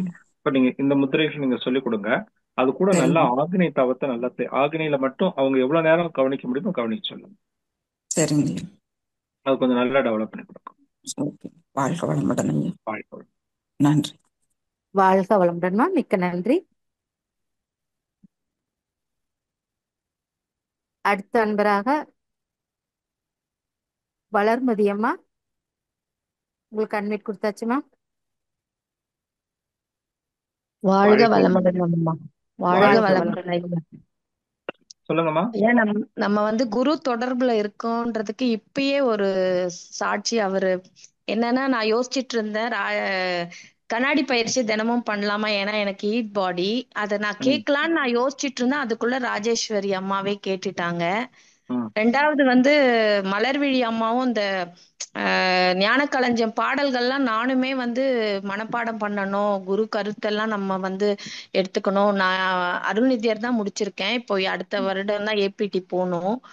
சோ அதுக்குள்ள நம்ம தயாரிப்படுத்திக்கணும் அப்படின்றதுக்காக நானுமே அதையும் கேட்கலாம்னு நினைச்சேன். அதையும் அவங்க கேட்டுட்டாங்க. இப்படி ஒவ்வொரு இதுலயுமே எனக்கு அவருக்கு மகரிஷி கூட இருந்து வழி நடத்துறது ரொம்ப உள்ளிருந்தே எனக்கு பதில் வந்துரும் எனக்கு அவரு. இப்ப போன வாரம் கூட ரீசெண்டா என் பொண்ணு வந்து என் கூட பேசாதீங்கம்மா, ஏதோ சொல்லிட்டேன், என் கூட பேசாதீங்கம்மான்னு ரொம்ப மனசு கஷ்டமாயிடுச்சு. என்ன இப்படி சொல்றா? அப்போ டக்குன்னு அவர் வந்து வினைப்பதிவு கழியுதுமா, நம்ம யாருக்குன்னா சொல்லியிருப்போம் இல்லையா, அப்போ அவங்க எவ்வளவு வருத்தப்பட்டிருப்பாங்க. அது வினைப்பதிவு கழியுதுன்னு டக்குன்னு எனக்கு ஒரு உள்ளுணர்வா, அதுக்காக நான் கவலையே டக்குன்னு அடுத்த நிமிஷம் நான் தெளிவா அடைஞ்சிட்டேன். இப்படி ஒவ்வொரு விஷயத்திலும் நம்ம குரு கூடவே நம்ம என்ன செய்யறோம், பயிற்சி அவர் சொன்னதெல்லாம் செஞ்சுட்டு இருக்கோம், நம்ம நலனுக்காக செய்யறோம், தொண்டாற்றுறதுக்காகனாலும் ஒவ்வொரு இடத்துலயும் அவர் கூடவே இருக்கிறத உணர்ந்து இருக்கும்போது ரொம்ப இப்ப நடந்தது ரொம்ப சிறப்பா இருக்கியா. அதுவும் உங்களை மாதிரி பேராசிரியர்கள்லாம் வந்து ரொம்ப தெளிவா கொடுக்குறீங்க. ரொம்ப சிறப்பா இருக்கு. மிக்க நன்றி ஐயா. வாழ்க வளமுடன். வாழ்க வளமுடன். சந்தோஷம் ஐயா. வாழ்க வளமுடன். வாழ்க வளமுடன்மா. மிக்க நன்றி. அடுத்த அன்பராக சாம்சங், உங்க பேர் சொல்லிட்டு பேசலாமா? சாம்சங். வாழ்க வளமுடன். வாழ்க வளமுடன். சொல்லுங்கம்மா. அவங்க பேசவே இல்லைங்கய்யா. அடுத்த அன்பராக சக்திவேல். வாழ்க வளமுடன். வாழ்க வளமுடன். வாழ்க வளமுடன். பேசுங்கம்மா. வாய்ப்புக்கு நன்றிமா. இந்த பேசுங்கம்மா. நான் வந்து 5 நாளும் மன்றம் போறதுனால அந்த மத்தியானத்துல நடக்கிற ஜூம் நிகழ்ச்சியில பேராசிரியர் அப்புறம் வந்து இதுல தான் கலந்துக்கிறோம். இந்த சனி ஞாயிறுனா இதெல்லாம் கலந்துக்கிறதுக்கு வாய்ப்பு கிடைக்குது. இந்த மாதிரி மூத்த பேராசிரியர்கள் பேசும்போது நம்மளுக்கு இன்னும் உள்வாங்கி இதை கொண்டு போறதுக்கு ஈஸியா இருக்கு. நிறைய டவுட்டுகளும் வந்துகிட்டு தான் இருக்கு. என்னத்தான் நாங்க சொல்லி கொடுத்தாலும் ஐயோ நாங்க சொல்லி கொடுக்கறது தவறோன்ற ஒரு எண்ணம் கூட வந்துடுது. என்ன அப்படின்னா, நான் தவம் பண்ணும்போது எனக்கு வந்து ஆக்கினையில எப்ப பார்த்தாலும் ஆக்கினையில ரொம்ப நேரம் இருக்க முடியல. அதே எப்ப பார்த்தாலும் துரியம் தான் வந்து இயங்கிட்டே இருக்குங்க. அது தப்பா கரெக்டான்னு எனக்கு தெரியல. எப்ப ஆக்கினையில இருந்தாலும் ஒரு நிமிஷம் இருக்கணும்னு அடுத்து ஓடிடுது துரியத்துக்கு. சரிங்களாங்க, அது பரவாயில்லையா? அப்படி செய்யலாமா? ஆக்னைங்கிறது மனதுக்கான மையம், துரியங்கிறது உயிருக்கான மையம். அப்ப மனசை கடந்து உயிர்ல போய் நிக்கிறதுக்கு தான் நம்ம பயிற்சி பண்றோம். மனதை உயிரின் மேல் ஒடுக்கிறதுக்கு தான் முயற்சி பண்றோம். அப்ப அடுத்த நிலை தாண்டி போயிடுச்சுனாக்கா அதுக்கு ஏன் நீங்க கவலைப்படுறீங்க? அதுல இருந்து அடுத்த நிலைக்கு நம்ம போறதுக்கு தான் முயற்சி பண்ணணும். ஏன் நீங்க ரிவர்ஸ்ல வரதுக்கு முயற்சி பண்றீங்க? இல்ல எனக்கு துரியம் டக்குன்னு போயிருதுங்க, ஒரு நிமிஷம் கூட நிக்க முடியல ஆக்கினையில. அது பரவாயில்லம்மா, என்ன எனக்கு ஆக போகுது? பரவாயில்ல. ஒன்றும் ஆக போறது இல்ல. சரிங்கய்யா, அது எனக்கு கொஞ்ச அதாவது நாளாவே டவுட்டா இருந்துச்சு. இந்த உணர்வு இப்பதாங்க இருக்கிற அது மாதிரி என்னங்கய்யா? இந்த இந்த உணர்வுங்கிறத தாண்டி மனதனுடைய சரிங்க. அலைவேகம் எவ்வளவு குறையுதுங்கிறதா இங்க மிக முக்கியம். தவத்துல ஓகே. இங்க உணர்வு ஓகேங்க. தெரியுது, அங்க உணர்வு தெரியுதுங்கிறதெல்லாம் பெரிய விஷயம் இல்ல. மனதனுடைய சரிங்கய்யா. அலைவேகம் எவ்வளவு குறைஞ்சிருக்குங்கிறதா மிக முக்கியம். சரிங்கய்யா. சரிங்கய்யா. இப்போ சரிங்கய்யா. மனதனுடைய அலைவேகம் வந்து நீங்க பீட்டா ஃப்ரீக்வன்சிலேயே இருக்கிறீங்க, துரிய நிலை உணர்வு இருக்கு, ஆனா பீட்டா ஃப்ரீக்வன்சில இருக்கீங்கன்னா அப்ப நம்ம துரியத்துக்கே போகலைன்னு அர்த்தம் இல்லையா? துரியத்துக்கு போயிருந்தா அந்த ஆல்பா ஃப்ரீக்வன்சில வந்து எங்கேயாவது ஸ்டேபிளா நின்று இருக்கணும். இப்ப சரிங்கய்யா. நீங்க ஒரு இடத்த ஒரு எண்ணத்தை நினைக்கிறீங்க, ஒரு ஒரு தவத்துல நிக்கும் போது மாறி மாறி சரிங்க. எண்ணங்கள் வந்து கொண்டே இருக்குதுன்னா நம்ம வந்து ஆல்பா ஃப்ரீக்வன்சிலே நிக்கலைன்னு அர்த்தம் இல்லையா? சரிங்கய்யா. ஒரே எண்ணமாக இருக்க பழகுதல், அந்த சரி. ஒற்றை எண்ணமாக மாறுதல் தான் சரி. துரிய நிலை தவத்துக்கான முறை. ஓகேங்க. நீங்க நீங்க என்ன நம்ம நம்ம நம்ம நம்மளையும் இப்படி நம்ம சாட்டிஸ்ஃபை பண்ணிட்டு இருக்கோம். சில நேரங்கள்ல நான் நல்லா தவம் சரிங்க. பண்றேன், நான் எனக்கு இதை விட அது நல்லா வருது, அதை விட அது நல்லா வருதுன்னு நினைச்சிட்டு நம்ம சாட்டிஸ்ஃபை பண்றோம். ஆனா உண்மையில நம்ம அந்த நிலைக்கு போயிருக்கோமா அப்படின்னு செக் பண்ணதுக்கு இப்ப நிறைய வசதிகள் வந்துச்சுல்ல. எங்காவது வாய்ப்பு ஆமாங்க. இருந்தா ஒரு இஇஜி எடுத்து பாருங்க. ஓகேங்கய்யா. ஓகேங்கய்யா. வாய்ப்பு இருக்கிற இடங்கள்ல வா இஇஜில வா. போய் நம்ம வந்து நம்மளுடைய ஃப்ரீக்வன்சி லெவல் எவ்வளவு இருக்கு, தவம் பண்ணும்போது எவ்வளவு போகுது. இப்ப நீங்க துரிய நிலையிலேயே அதிகமா இருக்கிறீங்கன்னு சொன்னா கண்டிப்பா அங்க ஆல்பா ஃப்ரீக்வன்சில ஸ்டேபிளா நின்று இருக்கணும். ஓகே. அப்படி நின்று இருந்திருந்ததுன்னா நம்ம கிட்ட வந்து எந்தவித தன்முனைப்பும் இருக்கக்கூடாது. அப்படிதானே அர்த்தம்? சரி. ஆமாங்க. அப்ப தன்முனைப்பு இல்லைன்னா 6 தீய குணங்கள் போயிருக்கணும். அதனாலதான் அகத்தவம் 6 குண ஆளுமை பேரை அடைந்திடலாம், அகத்தவத்தால் 6 குண ஆளுமை பேர் அடைந்திடலாம். நம்ம 6 குண ஆமாங்க. ஆளுமை பேர் அடைஞ்சிருக்கோமாங்கிறது நம்ம அளவுல நமக்கு தான் தெரியும் ஆமாங்கய்யா. இல்லையா? அதெல்லாம் அப்ப அடைஞ்சதுன்னா முந்தி இருந்ததுக்கு நம்ம மனவளக்கை கலைக்கு முன் பின்னுன்னு பார்க்கும்போது நமக்கு ஒரு மாற்றங்கள் எல்லாமே தெரியுது. ம், அதெல்லாம் தெரிஞ்சிட்டனால தான் இதை வந்து எல்லாத்துக்கும் கொண்டு போய் சேரணுன்றது தான் என்னோட நோக்கம் எல்லாம். கண்டிப்பா. யார சிறப்பு. பார்த்தாலும் மனவளக்கலை எப்ப பார்த்தாலும் வாழ்க வளமுடன், இதுதான் என்னோட நோக்கமே ஒழிய வேற வாழ்க்கையில வேற எந்த நோக்கமும் இல்லை. அதை அடையணும் இதை அடையணும் இல்லை, இறைநிலை நல்லது. உணரணும், அடையணும். ஓ, அந்த குரு குருட்டு உயிர் கலப்பு எப்பயும் என் கூட இருக்கணும். அது உலக மக்கள் எல்லாத்துக்கும் போய் சேரணுன்றதுதான் என் எண்ணமே. சூப்பர் சாமிகிட்ட சூப்பர். போனாலும் வேற எதையுமே முந்தியெல்லாம் நல்ல பக்தி மார்க்கத்துல இருந்து வந்தவத்தான் நானு. ஆனா ம், இந்த மாதிரி பக்தி வந்து சாமிகிட்ட போனாலும் இப்ப வந்து இந்த குரு இது போனா கூட எந்த பாடல்களும் அது முந்தையெல்லாம் சிவபுராணம் எல்லாமே அப்படி லேட்டா பாடுவேங்க. இப்ப அதெல்லாம் வர மாட்டேங்குது. எப்ப ம். பார்த்தாலும் நம்ம குரு வணக்கம் இறை வணக்கம் பாடுறதோ குரு வணக்கம் பாடுறது இதே தான் போயிட்டு இருக்கு. இது தப்பு இல்லைன்னு நான் நினைச்சிட்டு நான் பாட்டு கோயிலுக்கு போனாலும் அந்த இருந்து தவம் பண்ணிட்டு வந்துருவேன். அவ்வளவுதான். சூப்பர். அவ்வளவுதான். வாழ்க்கை இப்ப வளமுடன். எங்க இருந்தாலும் நம்மளுடைய நினைவு ஒரே நினைவாக இருக்கு. அவ்வளவுதான். ஓகேங்க, நன்றிங்க. வாழ்க வளமுடன். வெற்றி வாய்ப்புக்கு பெற்றோம். ரைட் நன்றிங்கம்மா. ஓகே. வாழ்க வளமுடன். வாழ்க வளமுடன். வாழ்க வளமுடன்மா, வாழ்க வளமுடன். மிக்க நன்றி. அடுத்த அன்பராக சங்கர் கேரளா, நீங்க பேசலாம் ஐயா. ஐயா கிட்ட வாழ்க வளமுடன் ஐயா. ஐயா வாழ்க வளமுடன். வாழ்க வளமுடன் ஐயா. ரொம்ப நாள் ஆச்சு உங்ககிட்ட பேசி. சொல்லுங்க. இடையில அருமையான விளக்கங்க. தொடக்கத்துல இருந்து நல்ல விளக்கம் கொடுத்தீங்க.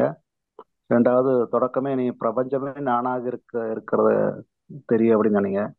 அதே போல எப்பொருளை எச்சலை எக்குணத்தை எவ்வுயிரை அடிக்கடி நினைந்தால் அப்பொருளின் தன்மையா மாற்றம் காணும், இப்பெருமை இயல்போக்க நீதியாகும் சொல்லி அந்த ஒரு விளக்கத்தை கொடுத்தீங்க. இதெல்லாம் உண்மையிலே சாதாரண விஷயம் இல்லைங்க. சாதாரண விஷயம் இல்லைங்கிறது நல்லா தெரியும். எப்படின்னு கேட்டீங்கன்னா, ஒவ்வொரு வார்த்தைக்கு நீங்க சொல்ற ஒவ்வொரு வார்த்தைக்கும், குரு மகான் சொல்ற ஒவ்வொரு வார்த்தைக்கும் பெரிய ஒரு அதிர்வு இருக்குது. அதாவது சுத்த வெளிக்கு அதிர்வு இருக்குது, அதே சுத்த வெளி நமக்குள்ளாரையும் அதிர்வா இருக்குது. அப்ப அந்த அதிர்வுல வித்தியாசம் வர்றது வந்து எப்படின்னு நான் ஆராய்ச்சி பண்ண பார்த்தப்பதான் தெரியுது. அந்த சுத்த வெளியே நாம வரும்போது எந்த தன்மாற்றம் அடைஞ்சு நானா வந்திருக்கோமோ அந்த வந்த வழியில என்னென்னமெல்லாம் நடந்தது இதெல்லாம் உள்ளுக்குள்ளார பதிவா இருக்கு.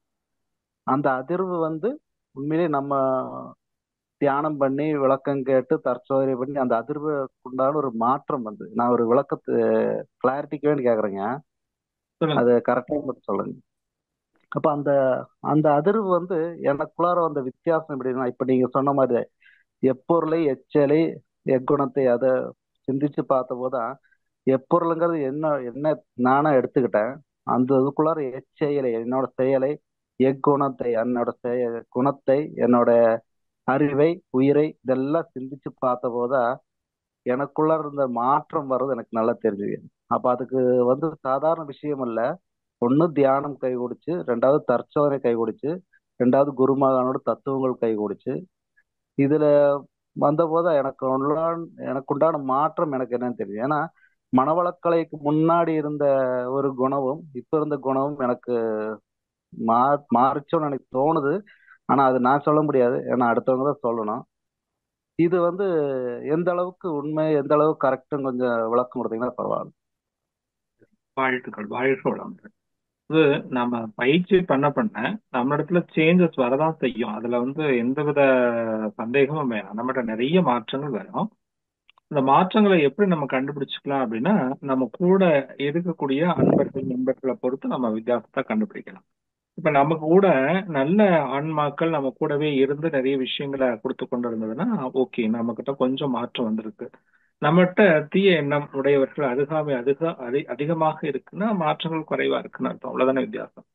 அதனால இது வரதான் செய்யும். அது நீங்க அனுபவத்துல உணர்ந்திருக்கிறீங்க. வாழ்த்துக்கள், சந்தோஷம்.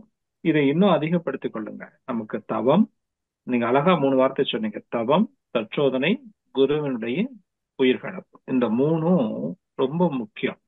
குருவருள் இல்லாம திருவருள் நமக்கு கிடைக்காது. அந்த குருவை பற்றி கொள்ளுகிற போது, இந்த குருவினுடைய வார்த்தைகளே நம்முடைய வாழ்க்கையாக மாற ஆரம்பிக்கிற போது, அந்த வாழ்க்கையில ஒரு பெரிய மாற்றத்தை நம்ம உருவாக்க முடியும். அதை அனுபவிக்க முடியும். அதை உணர்ந்து கொண்டோம்னா மிகப்பெரிய சந்தோஷத்தை நம்ம அனுபவிக்கலாம்.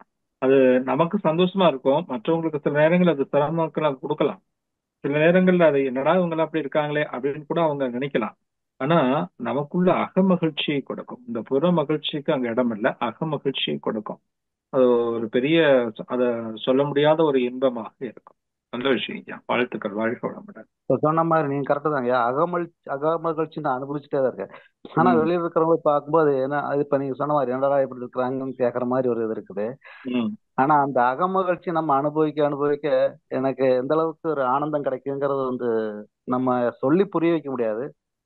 ஆனா ஆனா அந்த மாற்றத்துல அவங்களுக்கு ஒரு வித்தியாசம் வந்தா தான் அவங்களுக்கு தெரியும் மாதிரி இருக்குது. இந்த அகமகிழ்ச்சி அனுபவிச்சுட்டே தான் இருக்கிறோம். அதே போலங்க இந்த அதிர்வை பத்தி நான் ஃபர்ஸ்ட் சொன்னேன். சுத்த வெளிக்கு ஒரு அதிர்வு இருக்கு, நமக்குள்ளாரே ஒரு அதிர்வு இருக்குது, கருமையத்துல அந்த அதிர்வு இருக்குது. சுத்த அது வேற நாம வேற இல்லைங்கிறதுனால அங்க இருக்கிற அதிர்வு இங்கேயும் இருக்கதான் செய்யும். ஆமாங்க, அது வந்து நல்லா புரிஞ்சுக்க முடியுது. அப்போ அந்த அதிர்வு வந்து வித்தியாசம் வர்றதுக்கு காரணம் நம்ம வந்த வழிதானுங்க. அதாவது கர்மாங்கிற ஒரு வழிதானுங்க நம்மள அந்த மாற்றம் பெறு. அதான் சாமியா ஒரு பாடல சொல்றாங்கல்ல, நிறையறிவில் நீனும் நானும் ஒன்றேதான், வினைப்பதிவில் முன்பின்னாய் உள்ளோம். நம்ம நிறையறிவாக இருக்கிற போது நம்ம 2 பேரும் ஒண்ணுதான். ஆனா வினைப்பதிவுல தான் முன்பின்னாக இருக்கிறோம். நம்மகிட்ட கூடி பரத்துல இருக்கிறத பொறுத்துதான் வித்தியாசப்படும். அப்ப அதுல வந்து நம்ம ஒண்ணு தவம் தற்சோதனை, இதுலதான் நம்மளை கர்மயத்தை தூய்மைப்படுத்த தெளிவு. அதனாலதான் எல்லாருமே சொன்னாங்க தவம் அறமே துணையாமேன்னு சொல்லி வள்ளுவரும் சொல்றாரு இல்லையா. தவம் வந்து உங்களுக்கு ஆன்ம பலத்தை கூட்டும், தற்சோதனை ஆன்ம தூய்மையை கொடுக்கும். அப்ப ஆன்ம பலமும் ஆன்ம தூய்மையும் தான் இறையை பற்றுவதற்கான கருவியாக அமையும். அதே மாதிரிதான் இப்ப தெளிவு குருவேணி, தெளிவு குருவின் திருமேனி காண்டல், தெளிவு குருவின் திருவார்த்தை கேட்டல், அந்த பாடல் சொல்றீங்க. கண்டிப்பா அதுதான். அந்த அளவுக்கு தான் நம்ம போயிட்டு இருக்கிறோங்கிறத நல்லா புரிஞ்சுக்கிட்டேங்க. நல்ல ஒரு அனுபவம் கிடைச்சிட்டே தான் இருக்குங்க. அது தொடர்ந்து நான் செஞ்சுட்டே தான் இருக்கிறேன். நல்லா செய்யுங்க, சிறப்பா செய்யுங்க. நிறைய பேருக்கு சேவைகளை, உங்களுடைய தொண்டுகளை தொடர்ந்து செய்யுங்க. கண்டிப்பா என்னோட சேவை தொடர்ந்துட்டே தான் இருக்குங்க. வாழ்க வளமுடன். வாழ்க வளமுடன். மிக்க நன்றி.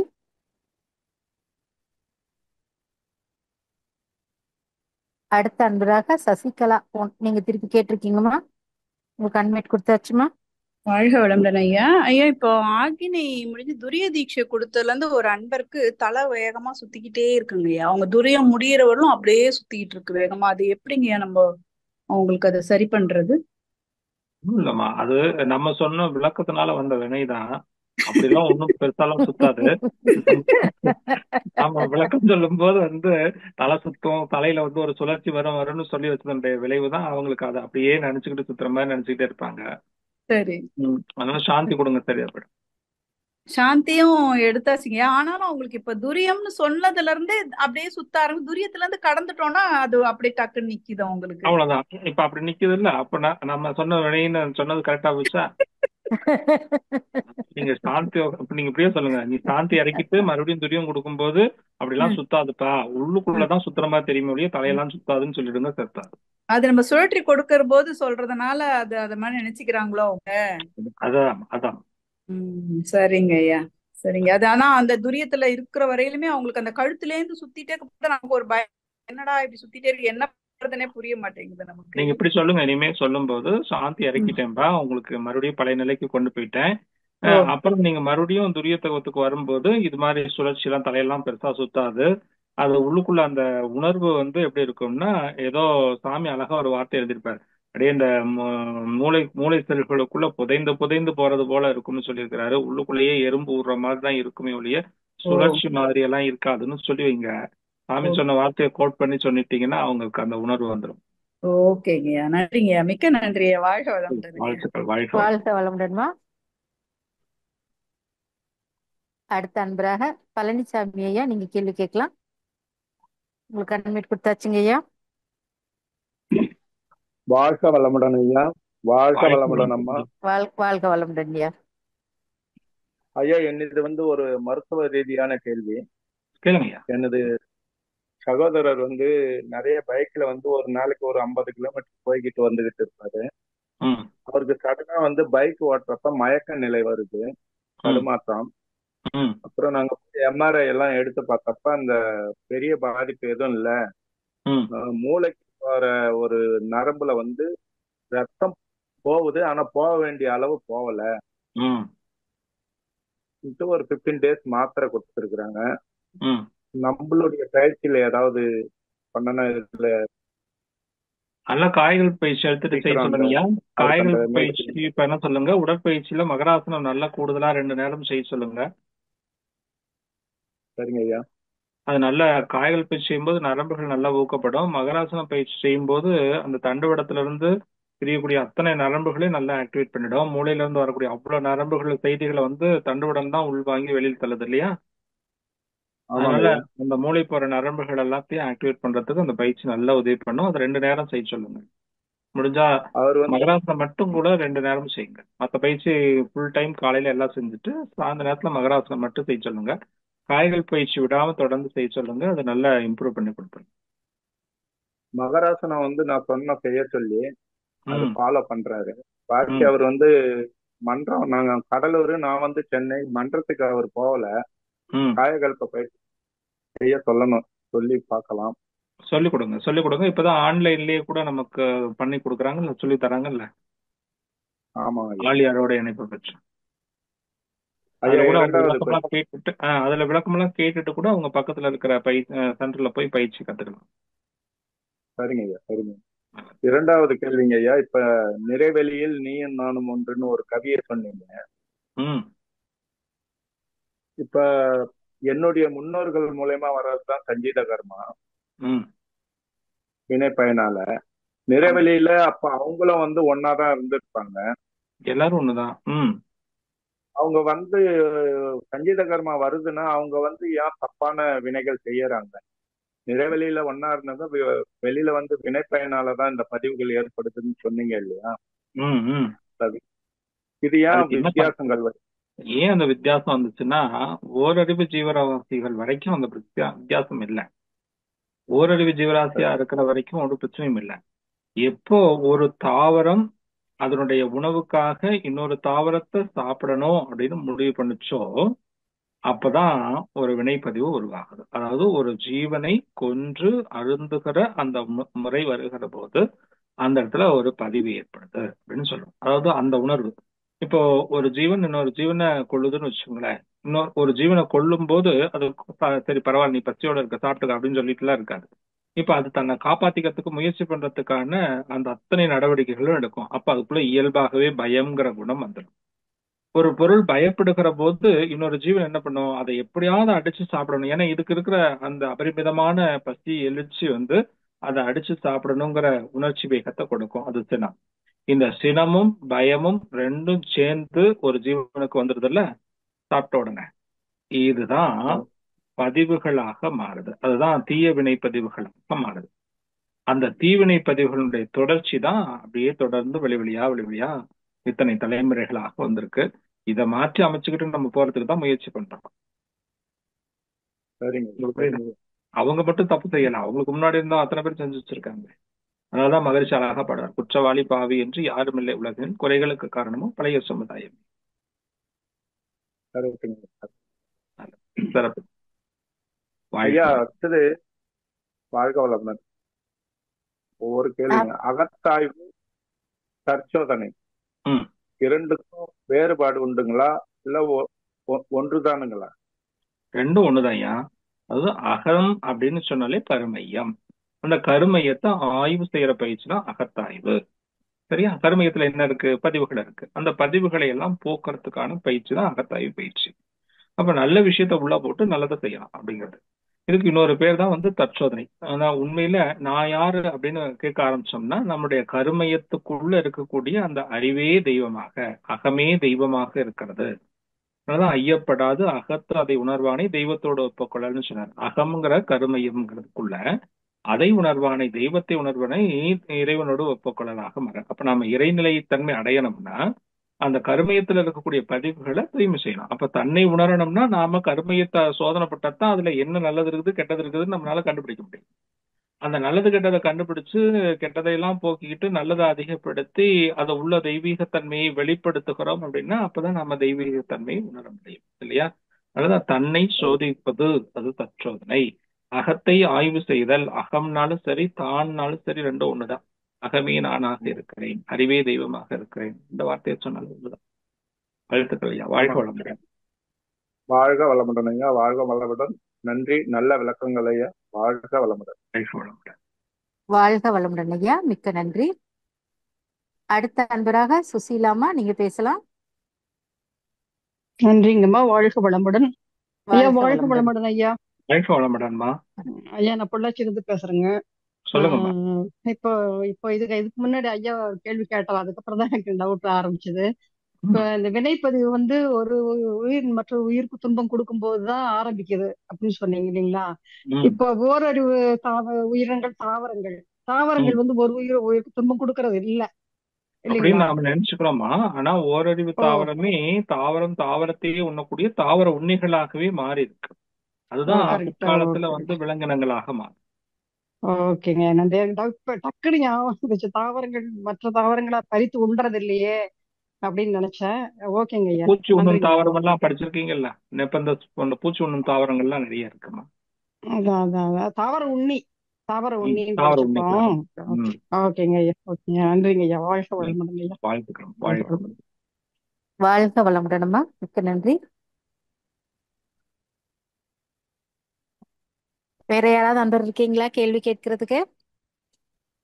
எதுவும் ஐயங்கள் இருந்தா கேட்கலாமா? வாழ்க வளமுடன்.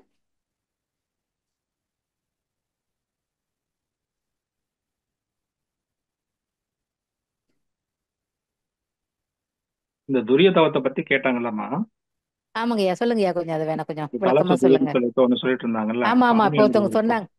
சாமியினுடைய ஒரு பாடல் ஞாபகத்துக்கு வருது பாருங்க. அதுல எழுதியிருக்காரு சாமி அழகா, துரிய நிலை அறிவெய்த தூண்டி தவ சூடளிக்க துணை செய் முன் நரம்புகளை தூய்மை செய்து சுடர் காக்க.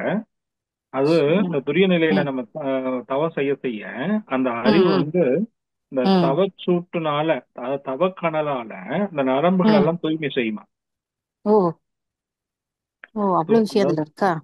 தவ சூடளிக்க துணை செய்யும் நரம்பு, தவ சூடளிக்கிறதுக்கு துணை செய்யறதுக்கு முன்னாடி நரம்புகளை தூய்மை செய்து சுடர் காக்க. அந்த நரம்புகளை தூய்மை செஞ்சு சுடர் காக்குமா? இருக்குதும்மா. ஞானக்களஞ்சியத்திலே திருமண் திருநீர் அப்படிங்கறத பத்தி சுவாமி எழுதியிருக்காங்க.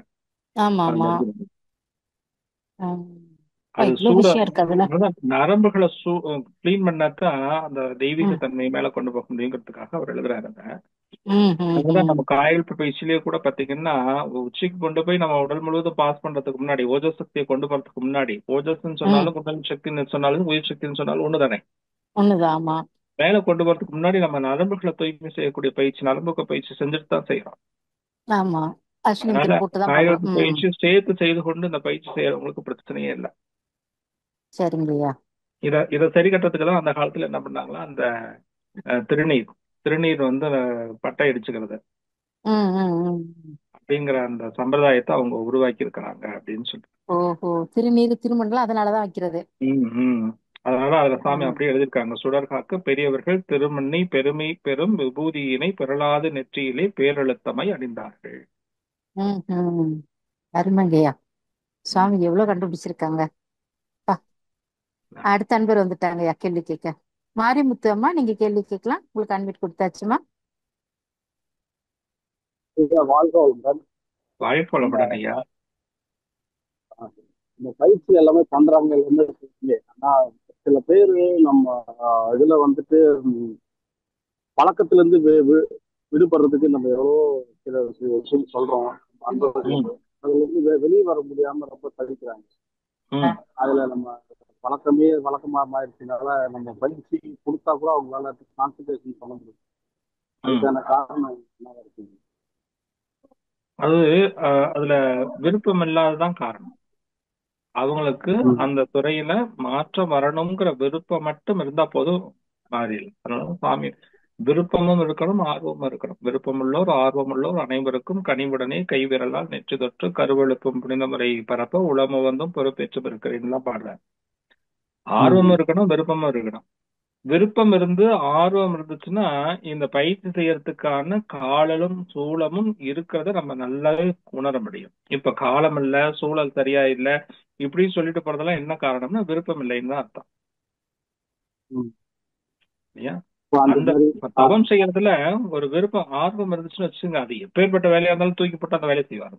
நீங்க நல்லா கவனிச்சு பாருங்க. நமக்கு வந்து ஒரு விஷயத்தின் மேல ஒரு செல்போன் எடுத்துக்கிறோம். அந்த செல்போன்ல இப்ப நிறைய ரீல்ஸ் எல்லாம் வந்து பாருங்க. அத பார்க்க அதுல விருப்பம் இருக்க கூட கூட என்ன பண்றாங்க, அதுலயே ரொம்ப நேரம் செலவழிக்கிறாங்கல்ல இல்லையா? அந்த ஆர்வம், அந்த விருப்பம், இதுதான் வந்து அவங்களை அந்த இடத்துல நிலைபெற செய்யுது. அதான் நம்ம தவம் பண்றதுலயும் ஆர்வம் இருக்கணும், விருப்பம் இருக்கணும். இது என்னடா பண்றோம்னு நினைச்சிட்டு இருக்க கூடாது. அதாவது ஒரு 5 நிமிஷம் உட்காந்து தவம் பண்ணிட்டதுனால நமக்கு ஏதாவது வந்துடப்போதா அப்படின்னு நம்ம மனசுக்குள்ளேயே உட்கார்ந்து ஒரு எண்ணத்தை வச்சுக்கிட்டு இதெல்லாம் இப்படி கண்ணபடி உட்கார்ந்துட்டா இது கிடைக்குமா, அது செஞ்சா இப்படி கிடைக்குமா அப்படிங்கிற ஒரு சந்தேகத்தோட உட்கார்ந்துட்டு கூடாது. இது விருப்பத்தோட செய்யணும், ஆர்வத்தோட செய்யணும். அந்த விருப்பமும் ஆர்வமும் தான் நமக்கு அந்த பழக்கத்துல இருந்து விடுபட்டு விளக்கத்துக்கு வர்றதுக்கு வழியை காட்டும். நீங்க நினைச்சீங்கன்னா போதியா, வழி தானா வரும். வாழ்க வளமுடன் ஐயா. அடுத்த அன்பராக செவ்வேலையா, நீங்க பேசலாம். உங்களுக்கு அட்மிட் கொடுத்தாச்சுங்க ஐயா. செவ்வேலையா, வாழ்க வளமுடன். வாழ்க வளமுடன் ஐயா, மிக்க மகிழ்ச்சி ஐயா. மகரிஷி ஐயா, இந்த இறைநிலை தவத்துல இதன் திணிவு மடிப்பு விழ சுழலும், அந்த மடிப்பு விழனா என்னங்க ஐயா அது? அதாவது இறைநிலையினுடைய இந்த சூழ்ந்த அழுத்தம் ஆற்றல் இருக்கு இல்லையா, அந்த பேர ஆற்றல் இருக்குல்ல, பேராற்றல் என்ன பண்ணும்னா பேர் அழுத்தமாக மாறும். அந்த பேர் அழுத்தம் தான் பேர் இறுக்கமாக மாறும். இப்போ நம்ம பேராற்றல் அதிகமாகும் போது சூழ்ந்து அழுத்துது, இந்த சூழ்ந்து அழுத்தும் போது தன்னை இறுக்கி கொள்ளுது. அந்த இறுக்கமே ஒரு இடத்துல போய் குவிஞ்சு அதுக்கு மேல குவிய முடியாமத போது விரிவடையுது இல்ல, அதுதான் மடிப்பு அப்படின்னு சொல்றாங்க. அந்த குவிதல் விரிதல், அதுதான் மடிப்புன்னு சொல்றாங்க. சரிங்க, அதுதான் காலம் அப்படிங்கிற பேர்ல நம்ம சொல்றோம். காலம் வந்து சொல்றாருல மகரிஷி. குவிதலுக்கும் விரிதலுக்கும் இடைப்பட்ட இடைவெளி, அந்த குவிஞ்சு விரியறதான் மடிப்பு அப்படின்னு சொல்றாங்க. வார்த்தைகள்ல வித்தியாசமா இருக்கு. சரிங்க. அதே மாதிரி ஐயா, நம்ம குழந்தைங்களை நம்ம தவம் செஞ்சு நம்ம நல்லா வாழ்த்துறோம். அந்த குழந்தைங்க வந்து நம்ம நல்லா இருக்கணும்னா நம்ம குழந்தைங்க நம்மளுடைய ஜெராக்ஸ் காப்பி நம்ம கர்ம வினைகள் பிரகாரம் தான் வருது.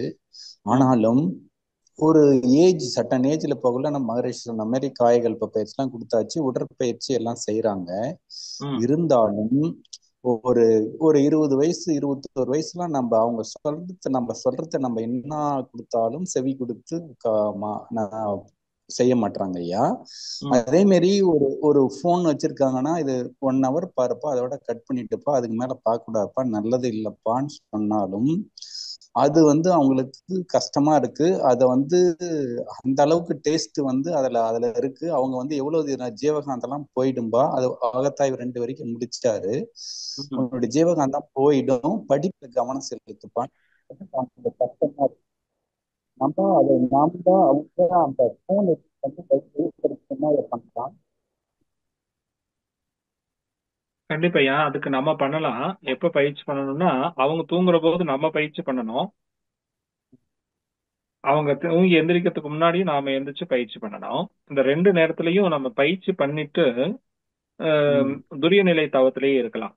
இன்னும் சீக்கிரமா அதுக்கான விளைவு மாற்றம் வரும். அப்ப துரிய நிலை தவத்துல இருந்துட்டு அவங்க அந்த செல்போனை தொடல, அந்த செல்போனை எடுத்துக்கல, அவங்க நல்லா படிக்கிறாங்க, அந்த படிப்புல அவங்க ஒரு உயர்ந்த நிலையை அடைஞ்சிட்டாங்க, அவங்க என்ன நிலை அடையணும்னு நினைச்சோமோ அந்த நிலைக்கு அவர்கள் மாறிட்டாங்க. இப்படின்னு அகக்காட்சியாக நம்ம பார்த்து கொண்டே அவர்களை வாழ்த்தணும். ஒரு வாரம் செய்யுங்க, நல்ல மாற்றம் தெரியுது.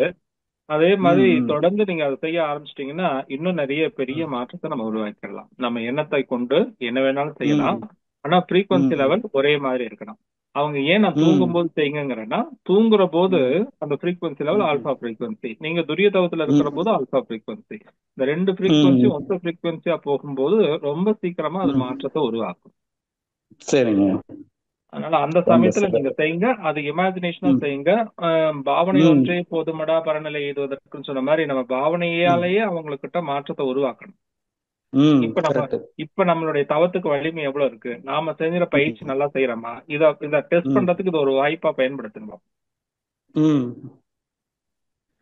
இப்ப நமக்கு வலிமை ஜாஸ்தி, அவங்களுக்கு இப்ப நம்ம செல்ல வையின்னு சொல்றோம், அவன் வைக்க மாட்டேங்கிறான் அப்படின்னா, இப்போ அவன் சாதாரண தவம் பண்ணாத பயலுக்கு அவ்வளவு வலிமை இருக்குன்னா, நம்ம தவம் பண்றவங்களுக்கு நம்ம கிட்ட எவ்வளவு வலிமை இருக்கணும். இப்ப யார் சொல்றதை கேட்கணும், கண்டிப்பா நம்ம சொல்றதெல்லாம் கேட்டிருக்கணும். கண்டிப்பா. அப்ப அதை மாத்தணும்னா அப்ப நம்மளுடைய சொல்ற முறையை மாத்தணும், அவ்வளவுதான். சரிங்க, ரொம்ப சிறப்பு ஐயா, மிக்க மகிழ்ச்சி ஐயா. வாழ்க வளமுடன். வாழ்க வளமுடன் அம்மா. வாழ்க வளமுடன் ஐயா, மிக்க நன்றி. அடுத்த அன்பராக சாமுண்டீஸ்வரி அம்மா, நீங்க பேசலாம். அம்மா வாழ்க வளமுடன்மா, வாய்ப்புக்கு நன்றிமா. வாழ்க வளமுடன்மா. ஐயா வாழ்க வளமுடன்ங்க, மிக்க மகிழ்ச்சிங்க. நல்லா இருக்கீங்களா ஐயா? நல்லா இருக்கேம்மா, சூப்பரா இருக்கேன். உங்களை ரொம்ப நாள் கழிச்சு நீங்க வரணும்னு நினைக்கும் வந்துடுறீங்க. எல்லாம் சாமிஜியோட ஆசீர்வாதம் தான் அங்கயா. மிக சிறப்புங்கய்யா. நீங்க முதல்ல ஒரு உரை கொடுத்தீங்க இல்லைங்களா, இந்த மாதிரி உங்களோட அனுபவத்தை சொன்னீங்க இல்லைங்களா, அதே அனுபவம் தான் எங்களுக்கு. அது சொல்றப்ப எங்களுக்கு அந்த மலரும் நினைவு மாதிரி வந்தது. மூத்த பெரும் பேராசிரியர்களோட அணுகுமுறை, அவங்களோட பக்கத்துல இருக்கிற அனுபவம், அதெல்லாம் எங்களுக்கு கிடைச்சது. ஆலியார்லி மகரிஷியோட அந்த ஒரு இதெல்லாம் நம்மளுக்கு கிடைச்சதுங்கய்யா. அதை வச்சுதான் இப்ப இவ்வளவு காலம் ஓட்டிட்டு இருக்க முடியுது. இவ்வளவு காலம் பயிற்சி. ஆனா இன்னைக்கு ரொம்ப சிறப்பான பதிலுங்கய்யா. நீங்க கொடுக்குற ஒவ்வொரு பதிலுமே, அந்த கொஸ்டினும் நல்லா இருந்தது, பதிலும் எல்லாத்துக்கும் அது பொதுவான இதா அமைஞ்சிச்சுங்கய்யா. கண்ணாடி பயிற்சியில ஒரு டவுட் இருந்துகிட்டே இருக்குதுங்க. ஒவ்வொரு கண்ணாடி பயிற்சி டெய்லியும் செய்யலான்றாங்க சில பேர் டெய்லி செய்யக்கூடாது, வாரம் 2 நாள் செஞ்சா போதுன்றாங்க. அப்புறம் அமாவாசை பௌர்ணமியில செய்யக்கூடாது அப்படின்றாங்க. இது எனக்கு சரியான பதில் வேணுங்கய்யா. அமாவாசை பௌர்ணமியில கண்ணாடி பயிற்சி செய்ய வேணாம், பஞ்சபூத நவரகம் தான் செய்யணும்னு சாமிஜி சொல்லியிருக்கிறாரு அப்படின்னு பேராசிரியர் பெருமக்க சொல்றாங்க. இருந்தாலும் அதை நான் கிளியர் பண்ணிக்க கேக்குறேங்கய்யா. எந்த இடத்துலயும் அப்படி எழுதுன மாதிரி எனக்கு தெரியலாமா? எனக்கு தெரிஞ்சு எங்கேயும் சாமி அப்படி அமாவாசை பௌர்ணமி காலங்கள் அதை செய்ய வேண்டாம் அப்படின்னு எழுதி வைக்கல, சொன்ன மாதிரி எனக்கு தெரியல. என்னுடைய அனுபவத்துல எனக்கு தெரிஞ்சு யாரும் அந்த மாதிரி சொன்னது இல்ல, எனக்கு தெரிஞ்ச ஆசிரியர்களும் சொல்லல. செய்யலாம். அதனால என்ன மாற்றம் வருதுங்கிறத நம்ம தான் செக் பண்ணி பார்த்துலாமே. சொல்லால் மட்டும் நம்பாதே, சுயமாய் சிந்தித்தே தெளிவாய் செஞ்சுதான் பாப்போமே. எனக்கு இவ்வளவு காலம் அது மாதிரி நான் பண்ணிட்டு வந்ததுல ரொம்ப சிறப்பா இருந்தது இல்லையா. அந்த காலத்துல செய்யறப்ப எனக்கு கொஞ்சம் எனர்ஜி, அந்த மத்த நாளை விட அந்த நாள் அமாவாசை பௌர்ணமியில செய்யறப்ப, ஏன்னா அந்த ஆர்வத்துல செய்யற இல்லைங்களா, எதுவுமே ஒரு விருப்பப்பட்டு செய்யறப்ப நம்மளுக்கு கம்மியா வந்தா கூட அதிகமா வர்ற மாதிரி தெரியும் இல்லைங்களா. அது மாதிரி எனக்கு அந்த மாதிரி விரும்பி செய்யறப்ப அது ரொம்ப நல்ல ஒரு இதா இருந்ததுங்கய்யா. அப்புறம் டெய்லி கண்ணாடி பயிற்சி செஞ்சுக்கிட்டு இருந்தேன். இப்ப நான் அது வேணான்ட்டு இப்ப வாரம் 2 நாளா செஞ்சுட்டு இருக்கிறேங்க. அதான் அது எப்படிங்க, பரவாயில்லைங்களா? அதுவும் நம்ம பயிற்சி கொடுக்கும்போது நமக்கு நிறைய எனர்ஜி தேவைப்படும், மற்றவங்களுக்கு சொல்லிக் கொடுக்கறதுக்காக தேவைப்படும். அதனால நம்ம டெய்லியும் செய்யறதுனால ஒன்றும் தவறாக போறதில்ல. தேவையில்லை அப்படின்னு நினைச்சீங்கன்னா நீங்க வாரத்துக்கு 1 நாள் 2 நாள் செஞ்சா கூட போதும். போதும்ங்கிறதுக்கு சாமி சொல்றாங்க, வாரத்துல 1 நாள் 2 நாள் செஞ்சா கூட போதும். ஆனா நம்மளை இன்னும் மேன்மைப்படுத்திக்கணும்னு நினைக்கும் போது அதுல நம்ம எந்த ஒரு விஷயத்திலையும் ரொம்ப தீவிரம் செலுத்துகிற போது தானே அதுல இருந்து நம்ம நல்லா உணர்ந்துக்க முடியும். ஆமாங்கய்யா, ஆமா. அந்த அப்ப அனுபவமும் நம்ம அந்த நம்மளுக்கு. தீவிரமா செலுத்தி நம்ம செஞ்சு பார்க்கணும். இப்போ ஒரு 40 நாள் 48 நாள் நம்ம கண்ணாடி பயிற்சி பண்ணி நம்ம என்ன நோக்கத்துக்காக செஞ்சோமோ அந்த நோக்கத்தை அடைஞ்சோமா, நம்மளுடைய அந்த அந்த நிலைகளை அடைய முடியுதா அப்படின்னு நம்ம செக் பண்ணணும்னா தொடர்ச்சியா செஞ்சாதான் அடைய முடியும். மௌனம் அது எல்லாம் புரியுதுங்கய்யா. அது செக் பண்ணி பார்த்தேங்கய்யா. 21 நாள் செஞ்சு பார்த்தேன் கண்டினியூவா. அந்த ஒரு இது வந்து சக்சஸ் ஆகுதுங்கய்யா, அந்த ஒரு அப்புறம் என்ன விஷயம். பண்றது? அப்ப நமக்கு தேவையான சமயத்துல அதை பயன்படுத்திங்க, தேவையில்லைன்னா விட்டுடலாம். சரிங்க. இது எது ரொம்ப என்னாலும் இதே பழக்கப்படுத்திக்கிற வேண்டாங்கிறது மட்டும்தான் நீங்க ஞாபகம் வச்சுக்கணும். அதாவது எப்ப பார்த்தாலும் நமக்கு ஏதாவது ஒண்ணு வேணும்னா உடனே கண்ணாடியை தூக்கி வச்சுட்டு நம்ம பயிற்சி ஆரம்பிச்சு இது நம்ம முயற்சியே செய்யாம இப்படி வச்சுக்கிட்டு இருக்க கூடாது. முயற்சி இருக்கணும், பயிற்சி இருக்கணும். அது தேவைக்கு வேண்டியது தேவையான சமயத்துல அதுக்கான வாய்ப்பும் சூழலும் அமையும். நீங்க நினைச்சா கூட செய்ய முடியாதுமா. ஆமாங்கய்யா. ஐயா, தொடர்ந்து அப்புறம் இன்னொன்னுங்கய்யா, இப்ப நான் இன்னும் ஒரு கொஸ்டினுங்கய்யா. இப்ப நம்ம மன்றத்து தொடர்போட இருந்துட்டு இருக்கும் போது நம்மளோட நிலையே வேற, ரொம்ப ஆக்டிவா தேனி மாதிரி சுறுசுறுப்பா இருக்கிறோம். ஆனா இப்ப நம்ம மன்றத்தை டச் விட்டு வெளியூர்ல இருக்கும் போது அந்த மன்றத்தோட தொடர்பு கிடைக்க மாட்டேங்குது, அதர் ஸ்டேட் எல்லாம் இருக்கும் போது. அப்ப நாம இந்த ஜூம்ல தான் இந்த பயிற்சி எல்லாம் கேட்டுக்கிறோம், பண்ணிக்கிறோம், நம்ம பயிற்சி செஞ்சுட்டு இருக்கிறோம். சர்வீஸ் பண்றதுக்கெல்லாம் வாய்ப்பு இல்லை, ஆனா அதுலயே வாழ்த்து கொடுத்துட்டு இருக்கிறோம். இருந்தாலும் அந்த பயிற்சி முறையில கொஞ்சம் தொய்வு ஏற்படுதுங்க. முன்னெல்லாம் 4 மணினாலும் எந்திரிச்சு தவம் பண்ணிட்டு 3 மணினாலும் பண்ணிட்டு பயிற்சி உடற்பயிற்சி எல்லாம் அப்பயே எல்லாம் முடிச்சுட்டு கரெக்டா இருந்தாங்கய்யா. இப்ப அந்த அதுல வந்து பயிற்சி தவமெல்லாம் பண்ணிடுறேன், காய்கள் எல்லாம் பண்ணா அந்த உடற்பயிற்சியில மட்டும் தொய்வு வந்துருதுங்க. அந்நேரத்துக்கு விட்டுட்டு அது தள்ளி தள்ளி போயிட்டு பயிற்சி முறையிலேயே கொஞ்சம் ஒரு இது வந்துருதுங்க. கொஞ்சம் அந்த டைமிங் எடுத்து அப்படியே தள்ளி தள்ளி போகுதுங்க. இப்ப வர வர அப்படியே தள்ளி போயிட்டே இருக்கு. அது என்னங்க நம்மளோட காரணம் தானுங்களா ஐயா? ஆமாம்மா, நம்மளுடைய உடலினுடைய அமைப்பும் கொஞ்சம் நாள்பட வந்து சோர்வு ஏற்படுதுல்ல. உடலினுடைய ஆமாங்க, 60 சோர்வுங்கிறது வயசு வந்து ஆகுதுங்கய்யா இப்ப எனக்கு. 60 அந்த வயசு உடல் ஆகுது. சோர்வுங்கிறது நமக்கு வயதாகும் போது ஏற்படக்கூடியதுதான். ஆனா நம்ம அந்த இடத்துல கொஞ்சம் முயற்சி பண்ணி அந்த நேரத்துல காலையில இருந்து செய்ய முடியல, அடுத்து நம்ம வீட்டுல இருக்கிறோம், கொஞ்சம் எப்ப ஃப்ரீயா இருக்கிறோமோ சாப்பாடு கொஞ்சம் ஃப்ரீயா இருக்கிற சமயத்துல நீங்க செஞ்சிருங்களேன். வயிறு காலியா இருக்கிற இல்ல, சமயத்துல அத ஒரு செஞ்சிருங்க. நாள் கூட விட்டது இல்ல, டைம் மாறுதுன்றீங்க. டைம் அதனால பதட்டத்துக்கு ஒன்றும் போட்டு தவறில்ல, வந்துடுறேன். செய்யலாம். அதனால ஒன்றும் தவறில்ல, செய்யுங்க. அதனாலதான் இங்க கேக்குறேன். வாழ்க வளமுடன். வாழ்க்கை ரொம்ப நன்றிங்க, நன்றி. உடற்பயிற்சி செய்யணும், அவ்வளவுதான். உடலுக்குள்ள ஜீவகாந்த ஓட்டம், அந்த காந்த ஓட்டத்தை சீர்படுத்தணும், எங்கேயும் தடை இல்லாம சரிப்படுத்திக்கணும். அதுக்கு வந்து நீங்க 5 மணிக்கு எந்திரிச்சு செஞ்சாதான் சீராகும், 7 மணிக்கு எந்திரிச்சு செஞ்சா சீராகாதுன்னு சொல்லல. எங்காவது சாமி சொல்லியிருக்காரு? இல்லைங்கய்யா, இல்லைங்கய்யா. அப்புறம் எது கவலைப்படுறீங்க? இல்ல, நிறைய வேணும். நீங்க காலையில செஞ்சதா முழு பெனிஃபிட். இல்லைன்னா உங்களுக்கு வந்து ரொம்ப அது வந்து சரியானபடி 50% தான் வரும், 50% வராது ஒரு அனுபவம் இது சொல்றாங்க. அதை நம்ம இல்லைன்னாலும் காலையில எழுந்து செய்யும் போது என்ன உங்ககிட்ட ஆகும்னா, டவுட் நிறைய கேட்கிறேன். வான்காந்த அலைகள் பூமி களத்தை ஒட்டி வரும்போது நல்லா இன்க்ரீஸ் பண்ணிக்க முடியுங்கிறதுக்காக சொல்லி கொடுத்தாங்க. அந்த நேரத்துல நிறைய மூச்சு பயிற்சிகள் செய்யலாம், தவங்கள் செய்யலாம், நம்ம அதை தொடர்ந்து செய்யலாம். உடற்பயிற்சியில நம்ம சொல்லிக் கொடுக்குற உடற்பயிற்சியில எல்லா உடற்பயிற்சியும் நீங்க எப்ப வேணாலும் செய்யலாம், வயிறு காலியா இருக்கணும். இவ்வளவு மட்டும் தான் சாமி சொல்லிருக்காங்க. சாமி எந்த இடத்துலயுமே உடற்பயிற்சி புத்தகத்துல நீங்க இந்த டயத்துக்கு தான் செய்யணும்னு சொல்லியிருக்காங்களா? இல்லையே. இல்ல, சரிங்க, சரிங்க. ஆனா ஒரு நாள் கூட உடற்பயிற்சி காய்கல்ப தவம் அகத்தாய்வு எல்லாம் விட்டதே இல்லைங்கய்யா. அது கண்டிப்பா மௌனமும் நான் ஒரு 10 ஆண்டுகளா எந்திரிச்சதுல இருந்தே மௌனம் கண்டினியூ பண்ணிட்டு இருக்கிறேங்க. அட்லீஸ்ட் 1 மணி நேரமாவது இருப்பேங்க. தொடர்ந்து 5 மணி நேரம் மௌனம் இருக்கிறேங்க டெய்லியுமே. அமாவாசை பௌர்ணமியில ஃபுல் டே மௌனம் இருக்கிறேங்க. சூப்பர்மா, நல்லா வாழ்க செய்யுங்க. வளமுடன், வாழ்க வளமுடன். ரொம்ப நன்றிங்க, நன்றிங்க. வாழ்க வளமுடன்மா, மிக்க நன்றி. நன்றிங்கம்மா, வாழ்க வாழ்க வளமுடன். வளமுடன்மா. அடுத்த அன்பராக உமையாலம்மா, நீங்க பேசலாமா? அம்மா வாழ்க வளமுடன்மா, வாய்ப்புக்கு நன்றிம்மா. ஐயா வாழ்க வளம். வாழ்க வளமுடன்மா, சொல்லுங்கம்மா.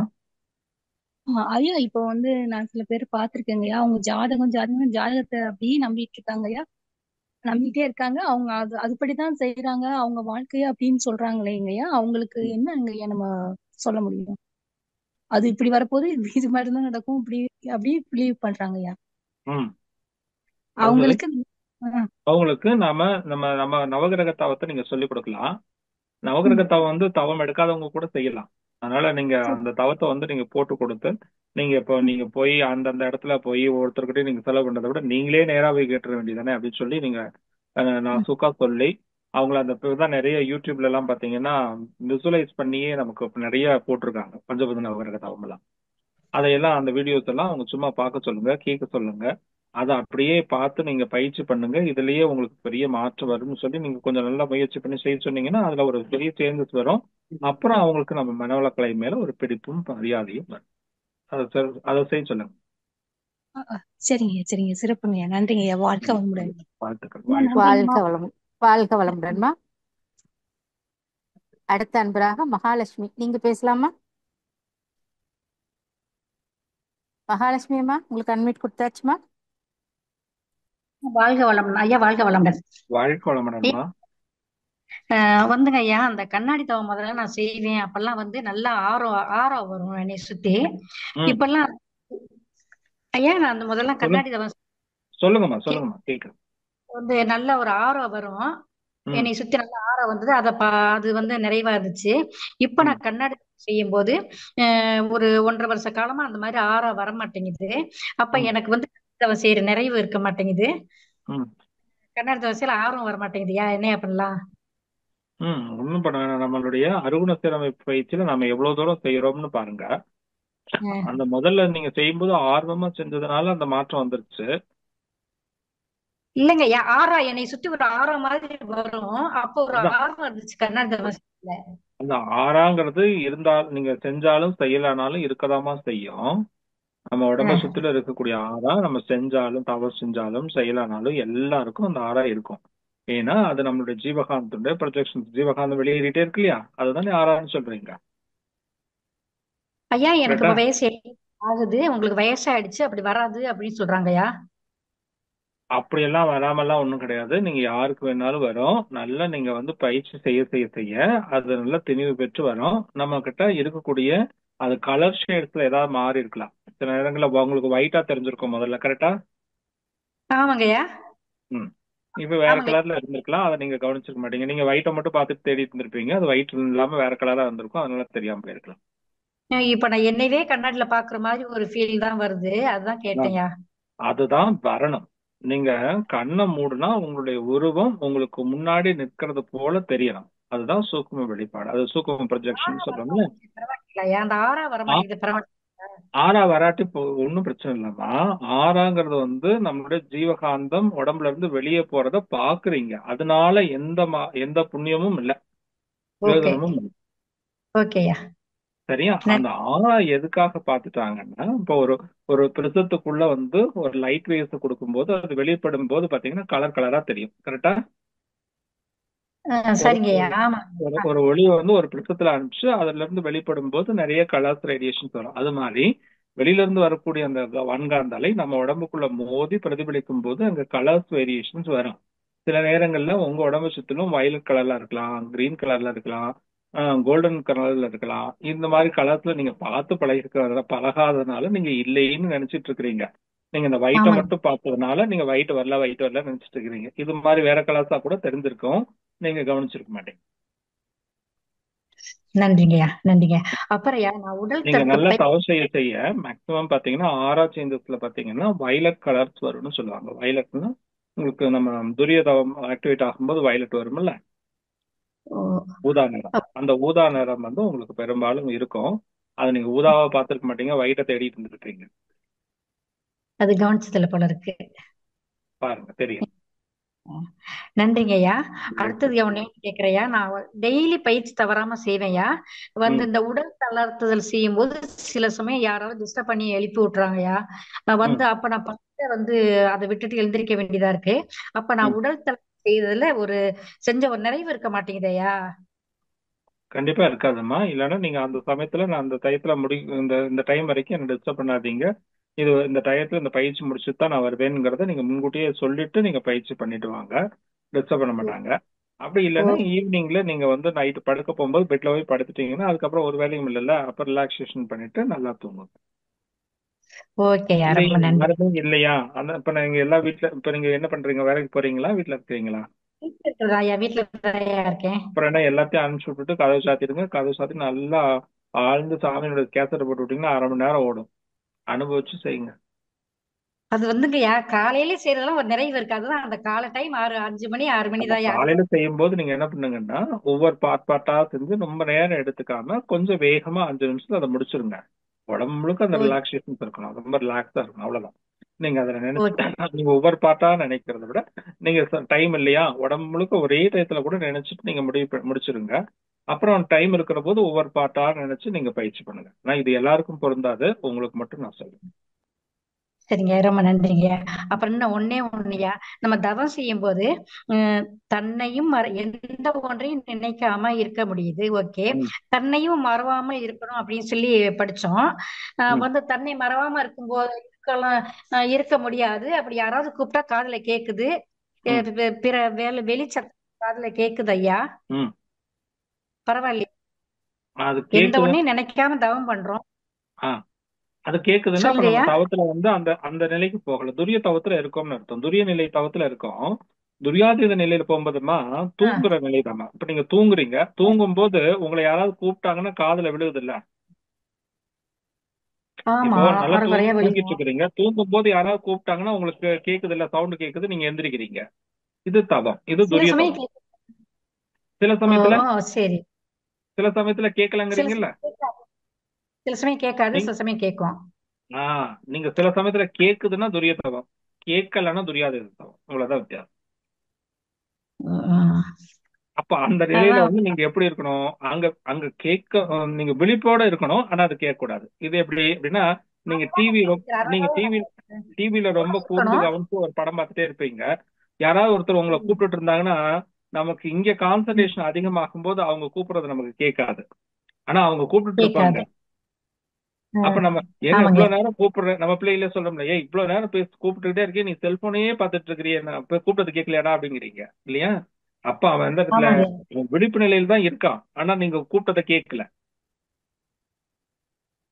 கரெக்டா? அதுதான் துரியாதீதம்.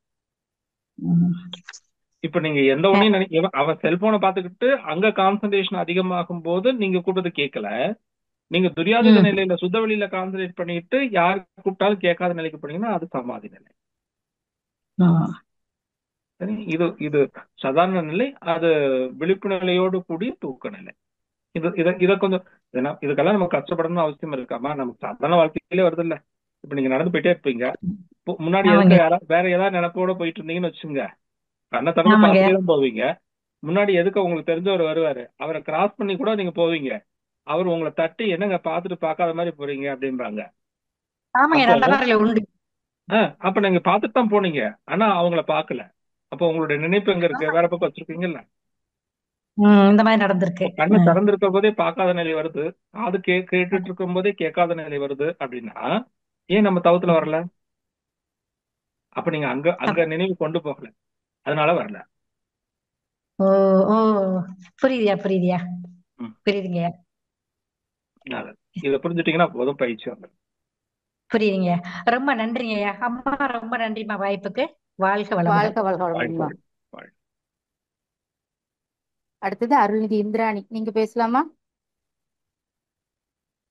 இந்திராணி அம்மா. வாழ்க வளமுடன். நல்லா இருக்கேன் ஐயா. அம்மா வாழ்க வளமுடன். வாழ்க வளமுடன்மா, பேசுங்கம்மா ஐயாட்ட. எனக்கு ஒரு சின்ன சந்தேகம் ஐயா. நான் ரெகுலரா தவம், சோதனை, உடற்பயிற்சி எல்லாம் செஞ்சுட்டு வரேன். சப்போஸ் ஏதாவது ஒரு நாள் தவறும், மற்றபடி தவறதே இல்லை. என்னுடைய கணவர் இறந்து 1 மாசம் ஆகுதுயா. அந்த சமயத்துல நான் தவறு செய்யல, 15 நாள் விட்டுட்டேன்.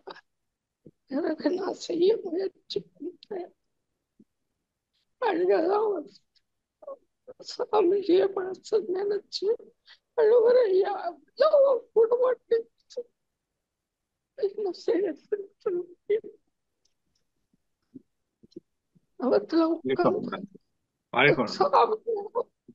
ஒண்ணும் பண்ண வேண்டாம், நீங்க அமைதியா இருங்க. நான் சொல்றேன் ஒன்னும் இல்ல. அந்த ஐயாவை நினைச்சுக்கோங்க. அந்த ஐயா வந்து இப்ப வந்து எங்க இருக்காங்க? இறைநிலையோட இணைஞ்சிருக்காங்க. இறைநிலையோட இணைஞ்சதை நினைச்சு நாம வருத்தப்படலான்னு? நாமெல்லாம் இவ்வளவு கஷ்டப்படுறதே இறையோட இணையறதுக்காக தான். அப்போ அந்த ஆன்மா இறையோடு இணைந்து இருக்கிற போது அதை நினைச்சு நாம சந்தோஷப்படணும். நமக்குள்ள அந்த ஆன்மா என்ன எவ்வளவு வேலைகளை நமக்கு செஞ்சுட்டு போயிருக்கு, எத்தனை உதவிகளை செய்திருக்குது, எத்தனை பேரை வாழ வைத்திருக்குது. இந்த இந்த அனுபவத்தை எல்லாம் நீங்க நினைச்சு பார்த்து இவ்வளவு புண்ணியம் செய்த ஆன்மா இறையோடு இணைஞ்சு இருக்குது இல்ல, அது அமைதியும் நிறைவும் அடையட்டும் அப்படின்னு நினைச்சு ஆனந்தமா நீங்க வாழ்த்தணும். அந்த வாழ்த்து தான் அவங்களுக்கு நிறைவை கொடுக்கும் இல்லையா? அது என்ன ஆகும்னா, நீங்க எந்த அளவுக்கு நினைக்கிறீங்களோ அந்த ஆன்ம இணைவு என்பது உங்களோட சேர்ந்து இருக்கும். அதனால எங்கேயுமே போறது இல்ல. நாமளும் அந்த இறைநிலைக்குள்ளதான் இருக்கிறோம், அந்த ஆன்மாவும் அங்கேயே தான் இருக்குது. இந்த உண்மையை புரிஞ்சுக்கிட்டு போதும். அதனால அவங்க போயிட்டாங்க. நம்ம அதாவது இப்ப நமக்கு நல்லா தெரியும், இந்த பருவுடலை மட்டும்தான் நீத்து இருக்கிறாங்க. இந்த பூத உடலுங்கிற பூல உடலை அவ்வளவுதான். ஆனா காந்த உடலாக இந்த பிரபஞ்சம் முழுக்க அவங்க நிரம்பி இருக்காங்க. நானும் மகரிஷி காலமான சமயத்துல மகரிஷி சமாதி நிலை அடைகிற போது எனக்கு முதல் நாள் போன போது எனக்கு அந்த உணர்வு இல்லை. ஆனா போக போக ஐயோ இனிமே நம்ம எங்க பார்க்க போறோமோ அப்படிங்கிற ஒரு உணர்வு நிலை வந்த போது ஒரு மாதிரியான உணர்ச்சி நிலை வந்தது. அப்பதான் ஒரு நாள் தவம் பண்ணிட்டு இருக்கிற போது எனக்கு இந்த அனுபவம் வந்தது. இப்போ அவங்க சுத்த வெளியோட கலந்திருக்காங்க. இந்த வான்காலத்துல ஏகமாக நிரம்பி இருக்காங்க. இந்த பிரபஞ்சமே அவர்களோட உடலாக மாறி இருக்கிறது. இப்ப நீங்க பிரபஞ்சத்தினுடைய உடலாக மாறினா எப்ப வேணாலும் அவங்க பார்க்கலாம், எப்ப வேணாலும் அவர்களோட இணைஞ்சிருக்கலாம் இல்லையா? இதுல எதுக்கு நம்ம சிரமப்படணும்? ஸ்தூல உடலால பாக்குறவங்களுக்கு தான் சிரமம், பிரிஞ்சுட்டோமேங்கிறது. இப்ப நம்ம சூக்கும உடலாக பாக்குற காலகட்டத்துக்கு வந்துட்ட பிறகு இங்க நம்ம வந்து வருத்தப்பட வேண்டியதில்லை. அங்க நம்ம கூடவே இருக்கிறத நம்ம அனுபவிக்கலாம். அனுபவிக்க நல்லா அந்த ஐயாவோட ஆன்மா முழு நிறைவும் அமைதியும் அடைஞ்சிருக்கும். அந்த நிறைவு நமக்குள்ளேயும் ஏற்படுத்தி கொடுக்கணும். வாழ்க வளம். எனக்கு தவம் வரணும்னு வாழ்த்துங்க ஐயா. நல்லதும்மா, முயற்சிக்கிறேன் வர மாட்டேங்குது. தவம் செய்யணும்னு வாழ்த்துங்க ஐயா. நல்லா செய்வீங்க. நீங்க ஒண்ணுமே செய்வேன், கண்ணை முடிச்சு சும்மா உட்காருங்க, மகரிஷி நினைச்சுங்க, அவங்க உருவத்தை நினைச்சுங்க, அவங்க உங்க ஐயாவை நல்லா வாழ்த்துறதாக நினைங்க. யார் வாழ்த்துனா என்ன, சாமி வாழ்த்துனா நடக்குமா இல்லையா? அதனால ஐயா நினைச்சுக்குங்க, அவர் வந்து அந்த ஆன்மாவை நிறைவும் அமைதியும் அடையிறதாக சுவாமிஜியும் வாழ்த்துனதாக நினைங்க. உங்களை வாழ்த்துறதா நினைங்க, அவங்க கூடவே இருப்பாங்க.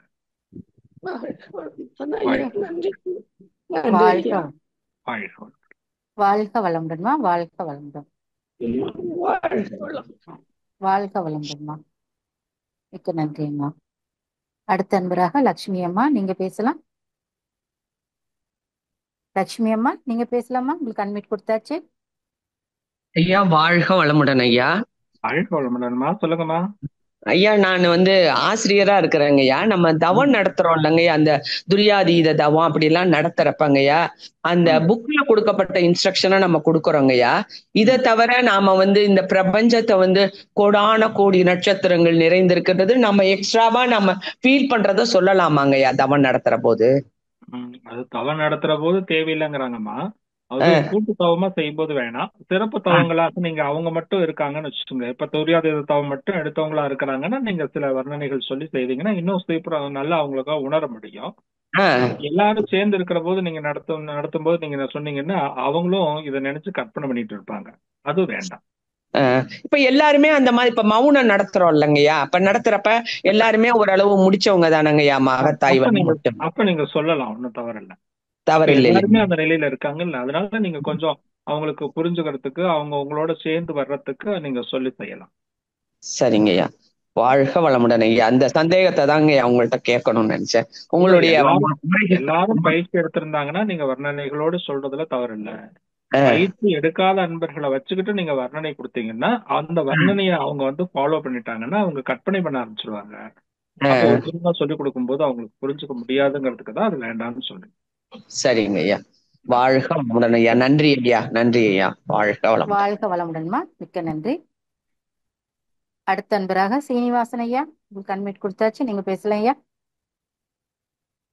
ஐயா வாழ்க வளமுடன் ஐயா. வாழ்க வளமுடன் தான், சொல்லுங்க ஐயா. ஐயா அதாவது எனக்கு வந்து பழைய கம்பெனில கொஞ்சம் வேலை போயிட்டு புது வேலை கிடைச்சதுங்க ஐயா. அப்போ வந்து இந்த வேலை போனப்ப நான் ரொம்ப கஷ்டப்பட்டுட்டு ம் இருந்தேன். ம் ரொம்ப மன உளைச்சலா இருந்தது. டக்குன்னு வேலை போயிடுச்சு, இது போயிடுச்சு. நான் ஒரு மாசத்துலயே வந்து அடுத்த வேலை கிடைச்சிடுச்சு. ம் இருந்தாலும் எனக்கு அந்த மன வேதனை வந்து இப்ப பிரசன்ட்ல அப்படியே திருப்பி வந்துகிட்டே இருக்குதுங்க. ம் ஐயோ இப்படி நம்மள பண்ணிட்டாங்களே நம்ம, அதனால எனக்கு கொஞ்சம் பொருள் சேதம்லாம் கொஞ்சம் இருக்குது. இருந்தாலும் ம் அந்த வலியை வந்து அப்படியே கடந்து போறதுக்கு ரொம்ப கஷ்டமா இருக்குதுங்கய்யா. நீங்க அதை கொஞ்சம் கவனிச்சீங்கன்னா தெரியும்யா. அந்த அந்த வேலை நமக்கு அது சரியானதாக இருந்திருக்காது ஒண்ணு. இல்லைன்னா அந்த இடம் நமக்கு பொருத்தமான இடமாக இல்லாமல் ஏதாவது சில சூழல்கள் அமைஞ்சிருக்கும். அதனால நாம இங்க இருந்து மாறணுங்கிற எண்ணம் நமக்குள்ள வந்திருந்துதான் வந்திருக்க முடியும். நீங்க நினைக்காம அங்க இருந்தெல்லாம் வந்திருக்க முடியாது. நீங்க இதை கவனிச்சீங்கன்னா நல்லா தெரியும். நமக்குள்ள அந்த எண்ணம் வராம நாம அந்த சூழலில் இருந்து நம்ம மாற முடியாது. சரியா? கரெக்ட் தாங்க. ஆ. கரெக்ட். இப்போ நம்ம இந்த சூழலுக்கு வந்திருக்கோம் அப்படின்னா, இந்த இடத்துல கொண்டு வந்து நம்மள இறைநிலை நம்ம ஒரு இடத்துல கொண்டு வந்து விட்டுருக்குன்னா, அந்த இடம் நமக்கு ஏதாவது ஒரு விஷயத்துக்காக நம்ம கொண்டு வந்து அங்க சேர்த்திருக்காங்க. ஒண்ணும் இல்ல, நான் கூடலூர்லயே இருந்தேன். இப்போ ஊட்டி கூடலூர் இந்த ஏரியாக்குள்ளேயே நான் வேலை பார்த்துட்டு டெய்லியும் வீட்டுக்கு வந்துட்டு போயிட்டு இருந்தேன். என்னை பிடிச்சி கொண்டு போய் ஒரு 1.5 வருஷத்துக்கு முன்னாடி திருப்பூருக்கு டிரான்ஸ்ஃபர் பண்ணி திருப்பூர்ல விட்டாங்க. ஐயோ அங்க போய் நம்ம என்ன பண்ண போறோமோ தெரியலையே. எல்லாத்தையும் விட்டுட்டு போகணும், வாரத்துக்கு ஒரு நாள் வந்துட்டு போறதே சிரமமா இருக்குமே, என்ன பண்ண போறோமோ தெரியலையேன்னு யோசனை பண்ணேன்னா கொஞ்சம் சிரமமா தான் இருந்தது. போய் பார்த்தா இப்போ அங்க இருந்து எனக்கு இங்க வீட்டுக்கு வந்துட்டு போறதுக்கு இப்ப சிரமமா இருக்கு. இப்ப அந்த சூழல் அங்க தேவை இருக்கு. அது ஏதோ காரணத்துக்காக என்னை கொண்டு போய் அங்க இறை வச்சிருக்கு அப்படின்னு நான் நினைச்ச போது, இன்னைக்கு ஒரு பெரிய ஒரு பொறுப்பு, அந்த இடத்துல நிர்வாக திறமைகளை அதிகப்படுத்திக்கிறதுக்கு, இன்னும் நம்ம தேவைகளை இன்னும் நல்லா சிறப்பா செய்யறதுக்கு எல்லாத்துக்கும் அது வாய்ப்பை அமைச்சு கொடுத்துருக்குது. அப்ப நான் இங்க இருந்ததை விட அங்க இன்னும் சிறப்பா இருக்கேன். அப்ப அங்க தேவை இருக்கு. அதனால என்னை கொண்டு போய் இறை அங்க அமைத்திருக்கு இல்லையா? அங்க தேவையில்லைன்னா வேற இடத்துக்கு மாத்திருப்போம், அவ்வளவுதான் வித்தியாசம். அதை புரிஞ்சுட்டோம்னா எந்த இடத்துக்கு நம்ம போனோமோ அந்த இடத்த நம்ம அனுபவிக்கலாம், சந்தோஷமா ஏற்றுக்கொள்ளலாம். அந்த ஒரு ஆறு மாதிரி போய்கிட்டே இருக்கணும்ன்றாங்களா வாழ்க்கையில? அவ்வளவுதான் ஐயா, போயிட்டே இருக்கலாம்.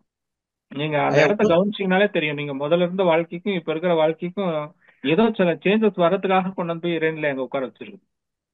சரிங்க. அதுவும் நம்ம நினைச்சுதான் கொண்டு போய் உட்கார வச்சிருக்கு. கண்டிப்பாங்க, கண்டிப்பா. இன்னொன்னுங்க, உறவு சார்ந்த ஒண்ணு. இப்ப உறவுகள்ல பாத்தீங்கன்னா நம்ம சில நண்பர்கள் மேல நம்ம நல்லா பிரியம் வச்சிருப்போம், நம்மள்ட்ட எப்பயுமே பேசணும் இது பண்ணணும்னு நினைப்போம்.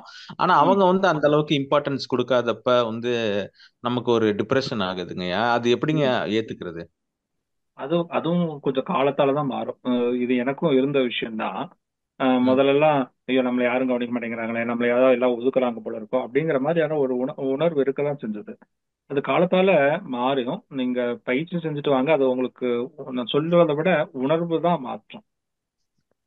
கரெக்ட் தாங்க. அது இன்னொரு பதிவு செய்ய விருப்பப்படுறாங்க. ஆனா இப்ப அவங்க கவனிக்கல, இவங்க கவனிக்கலையன்றோம். இப்ப வேலை போனப்ப பாத்தீங்கன்னா வாழ்க்கைக்கான உணவு உடை இருப்பிடத்துக்கே பிரச்சனை ஆயிடுச்சு. அப்போ வந்து அதை விட பெரிய பிரச்சனைகள் இருக்கிறப்ப நம்ம அதுலதான் போக்கஸ் பண்ண வேண்டியது இருக்கு. ஆமா ஆமா, அது காலத்தாலதான் மாத்திக்க முடியும். சரிங்க, நன்றி. வாழ்க வளமுடன். அடுத்த அன்பராக சக்தி வேலையா, நீங்க பேசலாம், உங்க கண்மை கொடுத்தாச்சு. ஐயா வணக்கம் ஐயா, வாழ்க வளமுடன் ஐயா. வாழ்க வளமுடன் ஐயா. ஐயா இந்த பஞ்சபூத நவக்கிரக தவத்தை வந்து ஃபுல்லா மனப்பாடமா பண்ணி கிளாஸ் எடுக்க முடியல. இடையில 2-3 வார்த்தைகள் தடுமாறுது.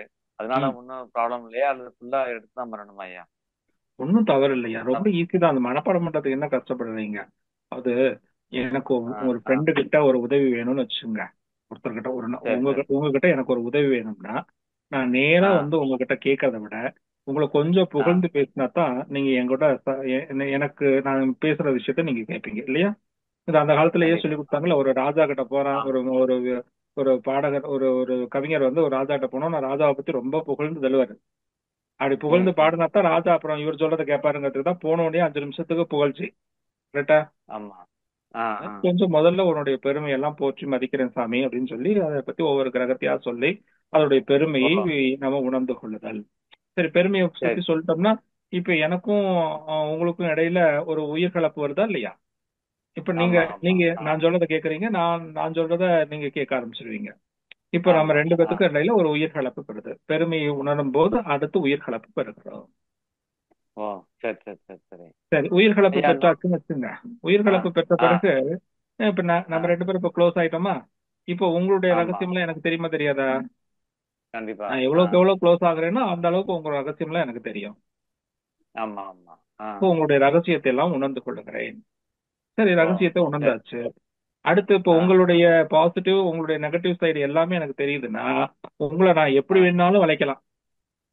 ஆமா ஆ, அப்பதான் நான் உங்ககிட்ட சொல்லுவேன், நீங்க எனக்கு நல்லது மட்டும் தான் செய்யணும், எனக்கு காப்பா இருக்கணும் அப்படின்னு சொல்லுவேன். ம், காப்பு பெறுதல். ஓ சரி சரி சரி அதுக்கப்புறம் உங்ககிட்ட இருந்து நான் ஒரு ப்ரொடெக்ஷன்ஸ் வாங்கின பிறகு உங்களை நான் எனக்கு தகுந்தாடி நான் பயன்படுத்திக் கொள்ளுகிறேன். அதான் பயன்படுத்திக் ம், கொள்ளக்கூடிய விஞ்ஞானத்தை வளர்த்துக் கொள்கிறேன். இந்த 5 விஷயத்தை சரியா தெரிஞ்சிட்டீங்கன்னா பஞ்சபூத தவம் நல்லா செஞ்சிட போறோம். ஓ சரி சரி சரி சரி இல்லையா? இந்த அஜய் தானே மாத்தி ஆ, மாத்தி சொல்ல போறீங்க.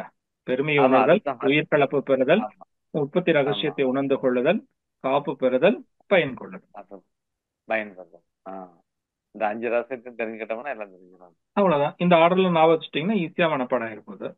ஓ அதுக்கப்புறம் சரி நவகிரகங்கள்ல பண்ணும்போதும் கூட அதே மாதிரிதான். அது எவ்வளவு தூரத்துல ஆமா இருக்கு, என்ன கலர்ல ம் இருக்கு, நம்ம உடம்புல என்ன தொடர்பு, எந்த உடம்பு உறுப்போடு தொடர்பு வச்சிருக்கு, என்ன நன்மை ம் கொடுக்குது, அப்புறம் ம் அதோட ஒன்று கலந்து உயிர் கலப்பு பெறுது. இவ்வளவுதான் வித்தியாசம். ஓ சரி சரி சரி சரி சிறப்பியா சரிங்கய்யா நல்லா செய்யுங்க. அப்புறம் அதுல ஒண்ணு முன்ன பின்ன சொல்றதுனால ஒண்ணும் தவறாகப்படுதல். தவறு நீங்க இல்லை நினைக்கணும் ஐயா அவ்வளவுதான். பண்ணோனியா ஆ இந்த கண்ணாடி தவம் பண்றோம்ல ஐயா வாரத்துக்கு ஒரு நாள் தான் பண்றேன் அது போதுமானதா எப்படியா கண்ணாடி பயிற்சி வந்து ஆரோவில் நல்ல தெளிவா வாரத்துக்கு ஒரு நாள் தெரியல எனக்கு செஞ்சாலே ஐயா, வாரத்துக்கு ஒரு நாள் செஞ்சாலே போதும். வாய்ப்பு இருந்தால் ஓ நீங்க இன்னும் சரி 2-3 நாள் தொடர்ந்து செய்யுங்க, தவறு இல்லையே.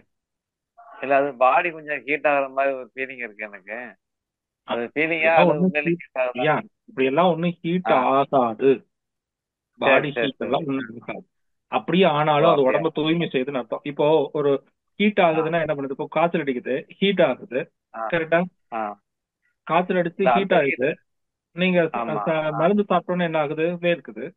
வேர்க்குதுன்னா என்ன ஆமா ஆகுது? உள்ள இருக்கிற டாக்ஸிக் மெட்டீரியல் எல்லாம் வெளியில போகுதுன்னு அர்த்தம். அப்ப ஹீட் ஆகி தான் கண்டிப்பா உள்ள இருக்கிற டாக்ஸிக்ஸை வெளியில அனுப்ப முடியும். கரெக்டா? ஓ சரி சரி சரி ஆ இப்ப புரியுது நீங்க புரியுது வெளியில அனுப்புறதுக்கு முன்னாடி ஐயோ ஹீட் ஆகுதே அப்படின்னு நினைச்சு அது ஹீட் ஆகி உள்ள இருக்கிறத தேவையில்லாத வெளியில அனுப்புறதுக்கு முன்னாடியே நீங்க மாத்திரையை போட்டு ஆஃப் பண்ணிட்டீங்கன்னா உள்ள இருக்கிற டாக்ஸிக் ம் மெட்டீரியல் உள்ளே தான் தங்கும். கண்டிப்பா ஆ சரி சரி சரி அப்ப சரி அது ஓ, தூய்மைப்படுத்துறத அதனால விடாம நம்மளே தடுத்துக்கிட்டு யார் பண்ணே ஆனா ஆயிட்டு போது ஆ என்னதுன்னு பாத்துருவோம்னு சொல்லிட்டு செய்யுங்க. ரொம்ப முடியலையா ஓ பாத்துக்கலாம், சரி நமக்கு தான் சாந்தி யோகம் இருக்குதே. ஆமா ஆமா ஆமா ஆ ம். சரிங்க ஐயா அப்படி பண்ணிடுறேன் வாழ்த்துக்கள். நன்றி ஐயா வாழ்க்கை வாழ்க வளமுடன். வாழ்க வாழ்க வாழ்க வளமுடன். மிக்க நன்றி. அடுத்த அன்பராக ஜெயக்குமாரி அம்மா, நீங்க பேசலாமா? ஜெயக்குமாரி அம்மா, உங்களுக்கு அன்மியூட் கொடுத்தாச்சுங்கம்மா. வாழ்க வளமுடன். நன்றிங்கம்மா. வாழ்க வளமுடன்மா. ஐயா வாழ்க வளமுடன் ஐயா. வாழ்க்கை வளமுடன்மா, சொல்லுங்கம்மா. ஐயா உங்களுடைய பதில், கேள்வி கேட்கும் கேள்வியும் சரி, அதுல இருந்து வர பதிலும் ரொம்ப சிறப்புங்கய்யா.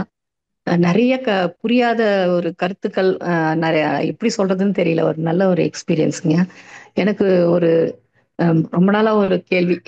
அதாவது நாங்க இப்போ ரொம்ப அனுபவிச்சுக்கிட்டு இருக்கிறோம். அந்த நிலை பாத்தீங்கன்னா நல்லாவே இருக்கிறாங்க, என் ரிலேஷன்ஸ் எல்லாமே நல்லா இருந்தவங்க தான். திடீர்னு பாத்தீங்கன்னா நாங்க யாருக்கும் எந்த இதுவும் செய்யல, இருந்தாலும் ஒதுங்குறாங்கய்யா. எங்களை பார்த்தாலே ஒதுங்குறாங்க. அது என்னன்னே எங்களுக்கும் புரியல, என்ன காரணம்னு எங்களுக்கு தெரியல.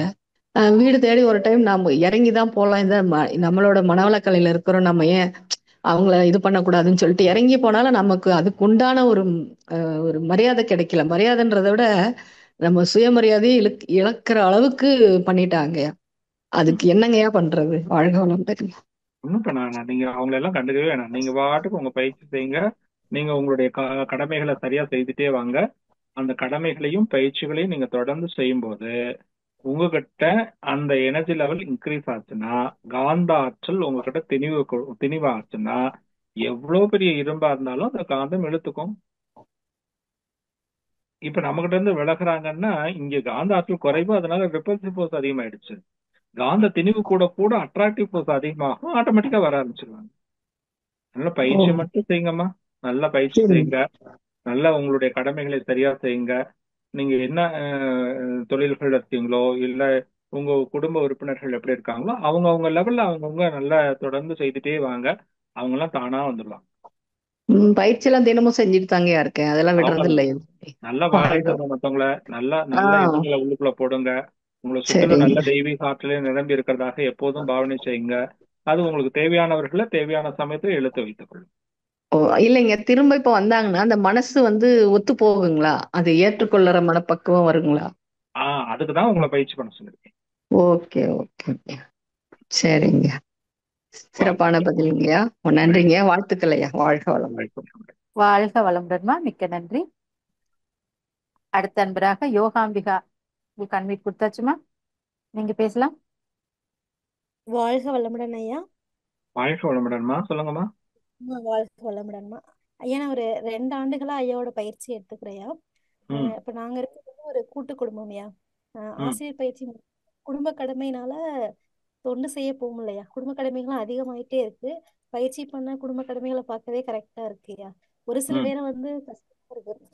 பயிற்சி முடிச்சிருக்கோம், யாருக்கும் சொல்லி கொடுக்க கூட முடியலையே அப்படிங்கிற மாதிரி கஷ்டமா இருக்குயா. இந்த மாதிரி சூழ்நிலை என்னையா பண்ண. நீங்க போய் வெளியில போய் சொல்லி கொடுக்கணுங்கிறத சாமிக்கிட்டே இதே மாதிரி ஒரு அம்மா கேட்கிற போது, சாமி கேட்டாங்களா அந்த அம்மாட்ட, ஏம்மா நீ வெளியில வந்து மனவளக்கலை பயிற்சி சொல்லி கொடுத்தாதான் சேவை தொண்டு நல்லா இல்ல, உங்க வீட்டுல இருக்கிற உங்க குடும்ப உறுப்பினர்களுக்கு நீ என்ன செய்யணுமோ அதை சரியா செய்தாலே அதுவே மிகப்பெரிய சேவை, அதுவே மிகப்பெரிய தொண்டு இல்லையா. இப்ப நம்ம குடும்பத்துல இருக்க அந்த அம்மா அப்படிதான் சொன்னாங்களா. ஒரு பையன் டாக்டர் படிக்கிறான், ஒரு பையன் எம்எஸ்சி படிக்கிறான், ஒரு பையன் இன்ஜினியரிங் படிக்கிறான் அப்படின்னாங்களா. அப்ப சரி, அவங்கள ஒரு இன்ஜினியரா, ஒரு டாக்டரா, ஒரு எம்எஸ்சி படிக்கக்கூடிய ஒரு ஆட்களை வந்து நீ உருவாக்குற அப்படின்னா அவர்களை நல்ல நிலைகளுக்கு, அவர்களை நல்ல தகுதியுடையவர்களாக உருவாக்கினாலே அது நாம இந்த சமுதாயத்துக்கு செய்யக்கூடிய மிகப்பெரிய சேவை தொண்டு இல்லையா. அதனால நீங்க வந்து சர்வீஸ் பண்ணணும்னு அவசியம் இல்லை, உடற்பயிற்சி சொல்லிக் கொடுக்கணும்னு அவசியம் இல்லை. என்ன கிடைக்குமோ நம்மனால, நம்ம உடல் உழைப்பால், அறிவின் ஆற்றலினால் அன்னன்னைக்கு நாம என்ன மற்றவங்களுக்கு உதவி செய்ய முடியுமோ அதை செய்து கொண்டே இருக்கணும். அவ்வளவுதான். அதுக்குன்னு இதைத்தான் செஞ்சாதான் நமக்கு நன்மை, அதை செய்யலாம்னா நன்மை வராது அப்படின்லாம் நீங்க நினைக்க வேண்டிய அவசியமே இல்லை. என்ன முடியுமோ அதை செய்யும். ஜாயிண்ட் ஃபேமிலி, ஒரு 10 பேர்ட்ட இருக்கும் வீட்டுல. அவ்வளவுதான். அந்த 10 பேருக்கு நீங்க வந்து செய்ய வேண்டிய கடமைகளை சரியா செஞ்சு அந்த 10 பேரும் உங்களை நிறைவாக வாழ்த்தினாலே அதுவே உங்களுக்கு மிகப்பெரிய சேவை. அந்த சேவையை சமுதாயத்துக்கு நம்ம செய்யக்கூடிய மிகப்பெரிய தொண்டு. வீட்டுல எல்லாருக்குமே பயிற்சி சொல்லி கொடுத்துட்டேன். குழந்தைங்கள்ல இருந்து மாமனார் மாமியார் வரைக்கும் எல்லாருமே காலைல பயிற்சி பண்ணுவாங்க. அத்தையும் வெளியில சொல்லுவாங்க, அந்த மாதிரி யாருக்கு முடியலன்னா அந்த மாதிரி மருமக சொல்லி தருவாங்க வாங்க அப்படிலாம் சொல்லுவாங்க. ஆனா வெளியில மன்றத்துக்கு கூட போக முடியல, வீட்டுல செய்யறதோட சரியா. அதான் சரின்னு கொஞ்சம் ஒரு சில நேரம் கஷ்டமா இருந்தது. மன்றத்துக்கு கூட நம்மளால போக முடியலையேன்னு சொல்லிட்டு அதையே கால் பண்ணேன். வாழ்க வளமுடன். நன்றிங்க, நல்ல பதிலுங்க. சூழல் சரியா ஒத்து வந்துடுமா. நீங்க எல்லாருமே இப்ப கூட்டு குடும்பம், எல்லாருமே பயிற்சி செய்யறீங்க. இன்னொரு நல்ல விஷயம் என்ன தெரியுமா, உங்க வீட்டுல எல்லாருமே பயிற்சி பண்றீங்க. அப்ப எல்லாரும் சேர்ந்து ஒரே இடத்துல டெய்லி காலையில தவம் பண்ணுங்க, அதுவே தவ மையமாக மாறி போயிடும். நன்றிங்க. அப்புறம் உங்க பக்கத்துல இருக்கிறவங்க எல்லாம் அங்கேயே வந்து டெய்லி உங்க கூட சேர்ந்து தவம் பண்ண ஆரம்பிச்சிட்டாங்கன்னா, இப்ப நீங்க ஒரு ஆள் தவம் நடத்துறீங்க, அத்தனை பேர் தவம் செய்யறாங்க. இப்ப உங்க வீட்லயே ஒரு 10 பேர் இருக்கீங்கன்னா 10 பேர் சேர்ந்து ஒரு இடத்துல உட்கார்ந்தீங்கன்னு. நானும் வீட்டுக்காரும் ஆசிரியர் பயிற்சி முடிச்சிருக்கேன். மாமனார் பிரம்மஞானம் வரைக்கும் நானும் வீட்டுக்காரும் ஆசிரியர் பயிற்சி முடிச்சிருக்கேன். மாமனார் பிரம்மஞானம் வரைக்கும் மாமனார் கூட்டிட்டு போயிருக்கோம். கொழுந்தனார் கொழுந்த வயசு வந்து காயக்கல்பு வரைக்கும் எடுத்திருக்காங்கய்யா. மீதி குழந்தைங்க 4 பேர் இருக்காங்கய்யா. ஓகே, பாருங்க, இத்தனை பேர் சேர்ந்து ஒரே இடத்துல இருக்க சொல்லி எல்லாத்தையும் ஒரு இடத்துல உட்கார வச்சு ஒரு ஹால்ல உட்கார வைங்க. டெய்லியும் காலையில ஒரு குறிப்பிட்ட டயத்துக்கு நாம தவம் செய்யணும், எல்லாரும் சேர்ந்து தவம் பண்ணுவோம்னு சொல்லி தவத்தை நடத்துங்க. எல்லாரும் சேர்ந்து ஒரு பயிற்சி வைப்பேங்க காலையில. அப்ப ஒரு ஆள் உங்க ஆசிரியர், நீங்க 2 பேருமே ஆசிரியர் பயிற்சி முடிச்சிருக்கீங்கல்ல, நீங்க ஒருத்தர் தவம் நடத்துங்க. ஒரு நாளைக்கு உங்க ஹஸ்பண்ட் தவம் நடத்தட்டும், ஒரு நாளைக்கு நீங்க உடற்பயிற்சி சொல்லி கொடுங்க, இன்னொரு நாளைக்கு அவர் உடற்பயிற்சி சொல்லட்டும். எல்லாரும் சேர்ந்து பயிற்சி பண்ணுங்க. அவங்க வீட்டுல இருக்கிற 10 பேரும் சேர்ந்து செஞ்சா அது தவ மையம் தான். இதுக்கு நீங்க வெளியில போகணும்னு ஆசைப்படுறீங்க. உங்க வீட்டுல இருக்கிறவங்களுக்கே நல்ல சிறப்பா செய்யுங்க.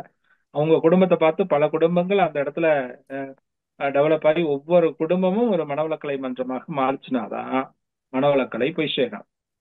அம்மா, இடையில வரதுக்கு மன்னிக்கணும். இந்த வாய்ப்பு யாருக்கும் அமையாதுமா. இது ரொம்ப பெரிய லக்கியமா உங்களுக்கு கிடைச்சது, பெரிய வாய்ப்புமா. வீட்டுல ஒருத்தரை கொண்டு வரதே பெரிய விஷயமா இருக்கு. நீங்க உங்க குடும்பத்துல 10 பேரை வச்சுக்கிட்டு எவ்வளவு அழகா சொல்றீங்கம்மா. இது உங்களுக்கு பெரிய குடுப்பினமா, மகிழ்ச்சி கொடுத்தது. நீங்க ஐயா சொன்ன மாதிரி பயன்படுத்துங்கம்மா. அதுவே தவமயமா மாறுமா. நானும் வாழ்த்துறேம்மா. வாழ்க வளமுடன்மா. நன்றிங்க, நன்றிங்கம்மா. வாழ்க வளமுடன்மா. அடுத்த அன்பராக, இறுதி அன்பராக செவ்வேல் ஐயா, நீங்க பேசலாம் ஐயா. ஐயா வாழ்க வளமுடன் ஐயா. நம்ம தவம் நாங்க வெளிநாட்டுல இருக்கோம். இங்க சொல்லுங்க. வெயில் ஒண்ணு அதிகம். நாங்க எண்ணெய் தேய்ச்சி குளிக்க கூடாதுன்றாங்க ஐயா. ஆனா நான் ரெகுலரா சின்ன குழந்தையில இருந்தே இது பழக்கம். ரெகுலராவே தேய்ச்சி குளிக்கிறேன். ஆனா அந்த தவம்க்கு உங்களுக்கு இதாகும், எண்ணெய் தேய்ச்சி குளிக்காதீங்க, விட்டுடுங்கன்றாங்க. அது எப்படிங்க ஐயா? அது சதன மகரிஷி சொல்லியிருக்காங்களா ஐயா? சாமி படிச்ச காலத்துல அது சொன்னாங்க. சாமி தீட்சை கொடுக்கிற போது அந்த எண்ணெய் தேய்க்க கூடாதுங்கிறது ஒரு ஒழுக்கமாக அவங்க சாமியினுடைய குரு ஒரு கட்டளை வாங்கிக்கிட்டு தான் அவர் சொல்லி கொடுத்தாருன்னு சாமி எழுதியிருக்காங்க. அப்ப ஏன் அப்படின்னா அது அவங்களுக்கு சாந்தி யோகத்தை பத்தின அருமை தெரியாது, சாந்தி யோகம்ங்கிறது இல்ல, அதனால அந்த மாதிரி பழக்கப்படுறாங்க. இப்ப சாந்தி யோகம் இருக்குல்ல உங்களுக்கு, அப்புறம் எதுக்கு கவலைப்படணும்? அதனால அது சாமி எந்த இடத்துலயும் எண்ணெய் தேய்ச்சி குளிக்க கூடாதுங்கிறது சாமியினுடைய தவ விளக்கங்கள்ல எங்கேயுமே கொடுக்கல. அதனால தாராளமா செய்யலாம், அது ஒன்றும் தவறும் இல்லை. சரிங்க, தாராளமா செய்யலாம். சரிங்க. நீங்க சாதாரணமா நீங்க எண்ணெய் தேய்ச்சி குளிச்சாலுமே உங்களுக்கு நீங்க ஆக்னை நினைச்சாலும் ஆக்னை வரப்போகுது, துரியம் நினைச்சா துரியம் வரப்போகுது, சாந்தி நினைச்சா சாந்தி. அப்புறம் எதுக்கு நம்ம சரிங்க சரிங்க ரொம்ப சரிங்க. சிறப்பு ஐயா, மிக்க மகிழ்ச்சி ஐயா. வாழ்க வளமுடன் ஐயா, மிக்க நன்றி ஐயா. வாழ்க வளமுடன். நிறைவு பண்ணிக்கலாங்களா ஐயா? பண்ணிக்கோமா, சந்தோஷமா. ரொம்ப சந்தோஷம். நிறைய அன்பர்கள் கேட்ட கேள்விக்கும் நல்ல அருமையான தெளிவான பதில். அதே மாதிரி உங்களோட அந்த பெருந்தொற்று காலத்துல ஒரு பயிற்சியில நான் பங்கு பெற்றேன் ஐயா, ஜீவகாந்த குளியல். அது இன்னும் அப்பப்போ நான் செஞ்சு பார்ப்பேன். எனக்கு அந்த பயிற்சி செய்யும் போதெல்லாம் உங்களை தான் ஞாபகம் வரும். எவ்வளவு அருமையா ஐயா எடுத்திருக்காங்க, எவ்வளவு இதுல ஆழ்ந்து போயிருப்பீங்க. ஆனா நாங்க ஒரு நாள் 2 நாள் செய்யறதுக்கே எங்களுக்கு ரொம்ப அற்புதமான பலன்லாம் கிடைக்குது. அன்னைக்கு ஃபுல்லா நாங்க எனர்ஜியா இருக்கிற மாதிரி ரொம்ப ஃபீல் பண்ணுவையா. அந்த பயிற்சி ரொம்ப அருமையா. வாழ்க வளமுடன்யா. சிறப்புமா, நல்லா செய்யுங்க. உங்களை போல நிறைய ஆசிரியர்கள் வரணும். இன்னும் சுவாமியினுடைய கருத்துக்கள் உலகம் முழுவதும் கொண்டு போறதுக்கு நம்ம அத்தனை பேரும் சேர்ந்து கைகோர்த்து இந்த உலகத்துக்கு கொண்டு போகணும். அதுக்கான வாய்ப்பையும் வசதிகளையும் இறையருளும் குருவருளும் நம்மளோட இருந்து செய்யட்டும்.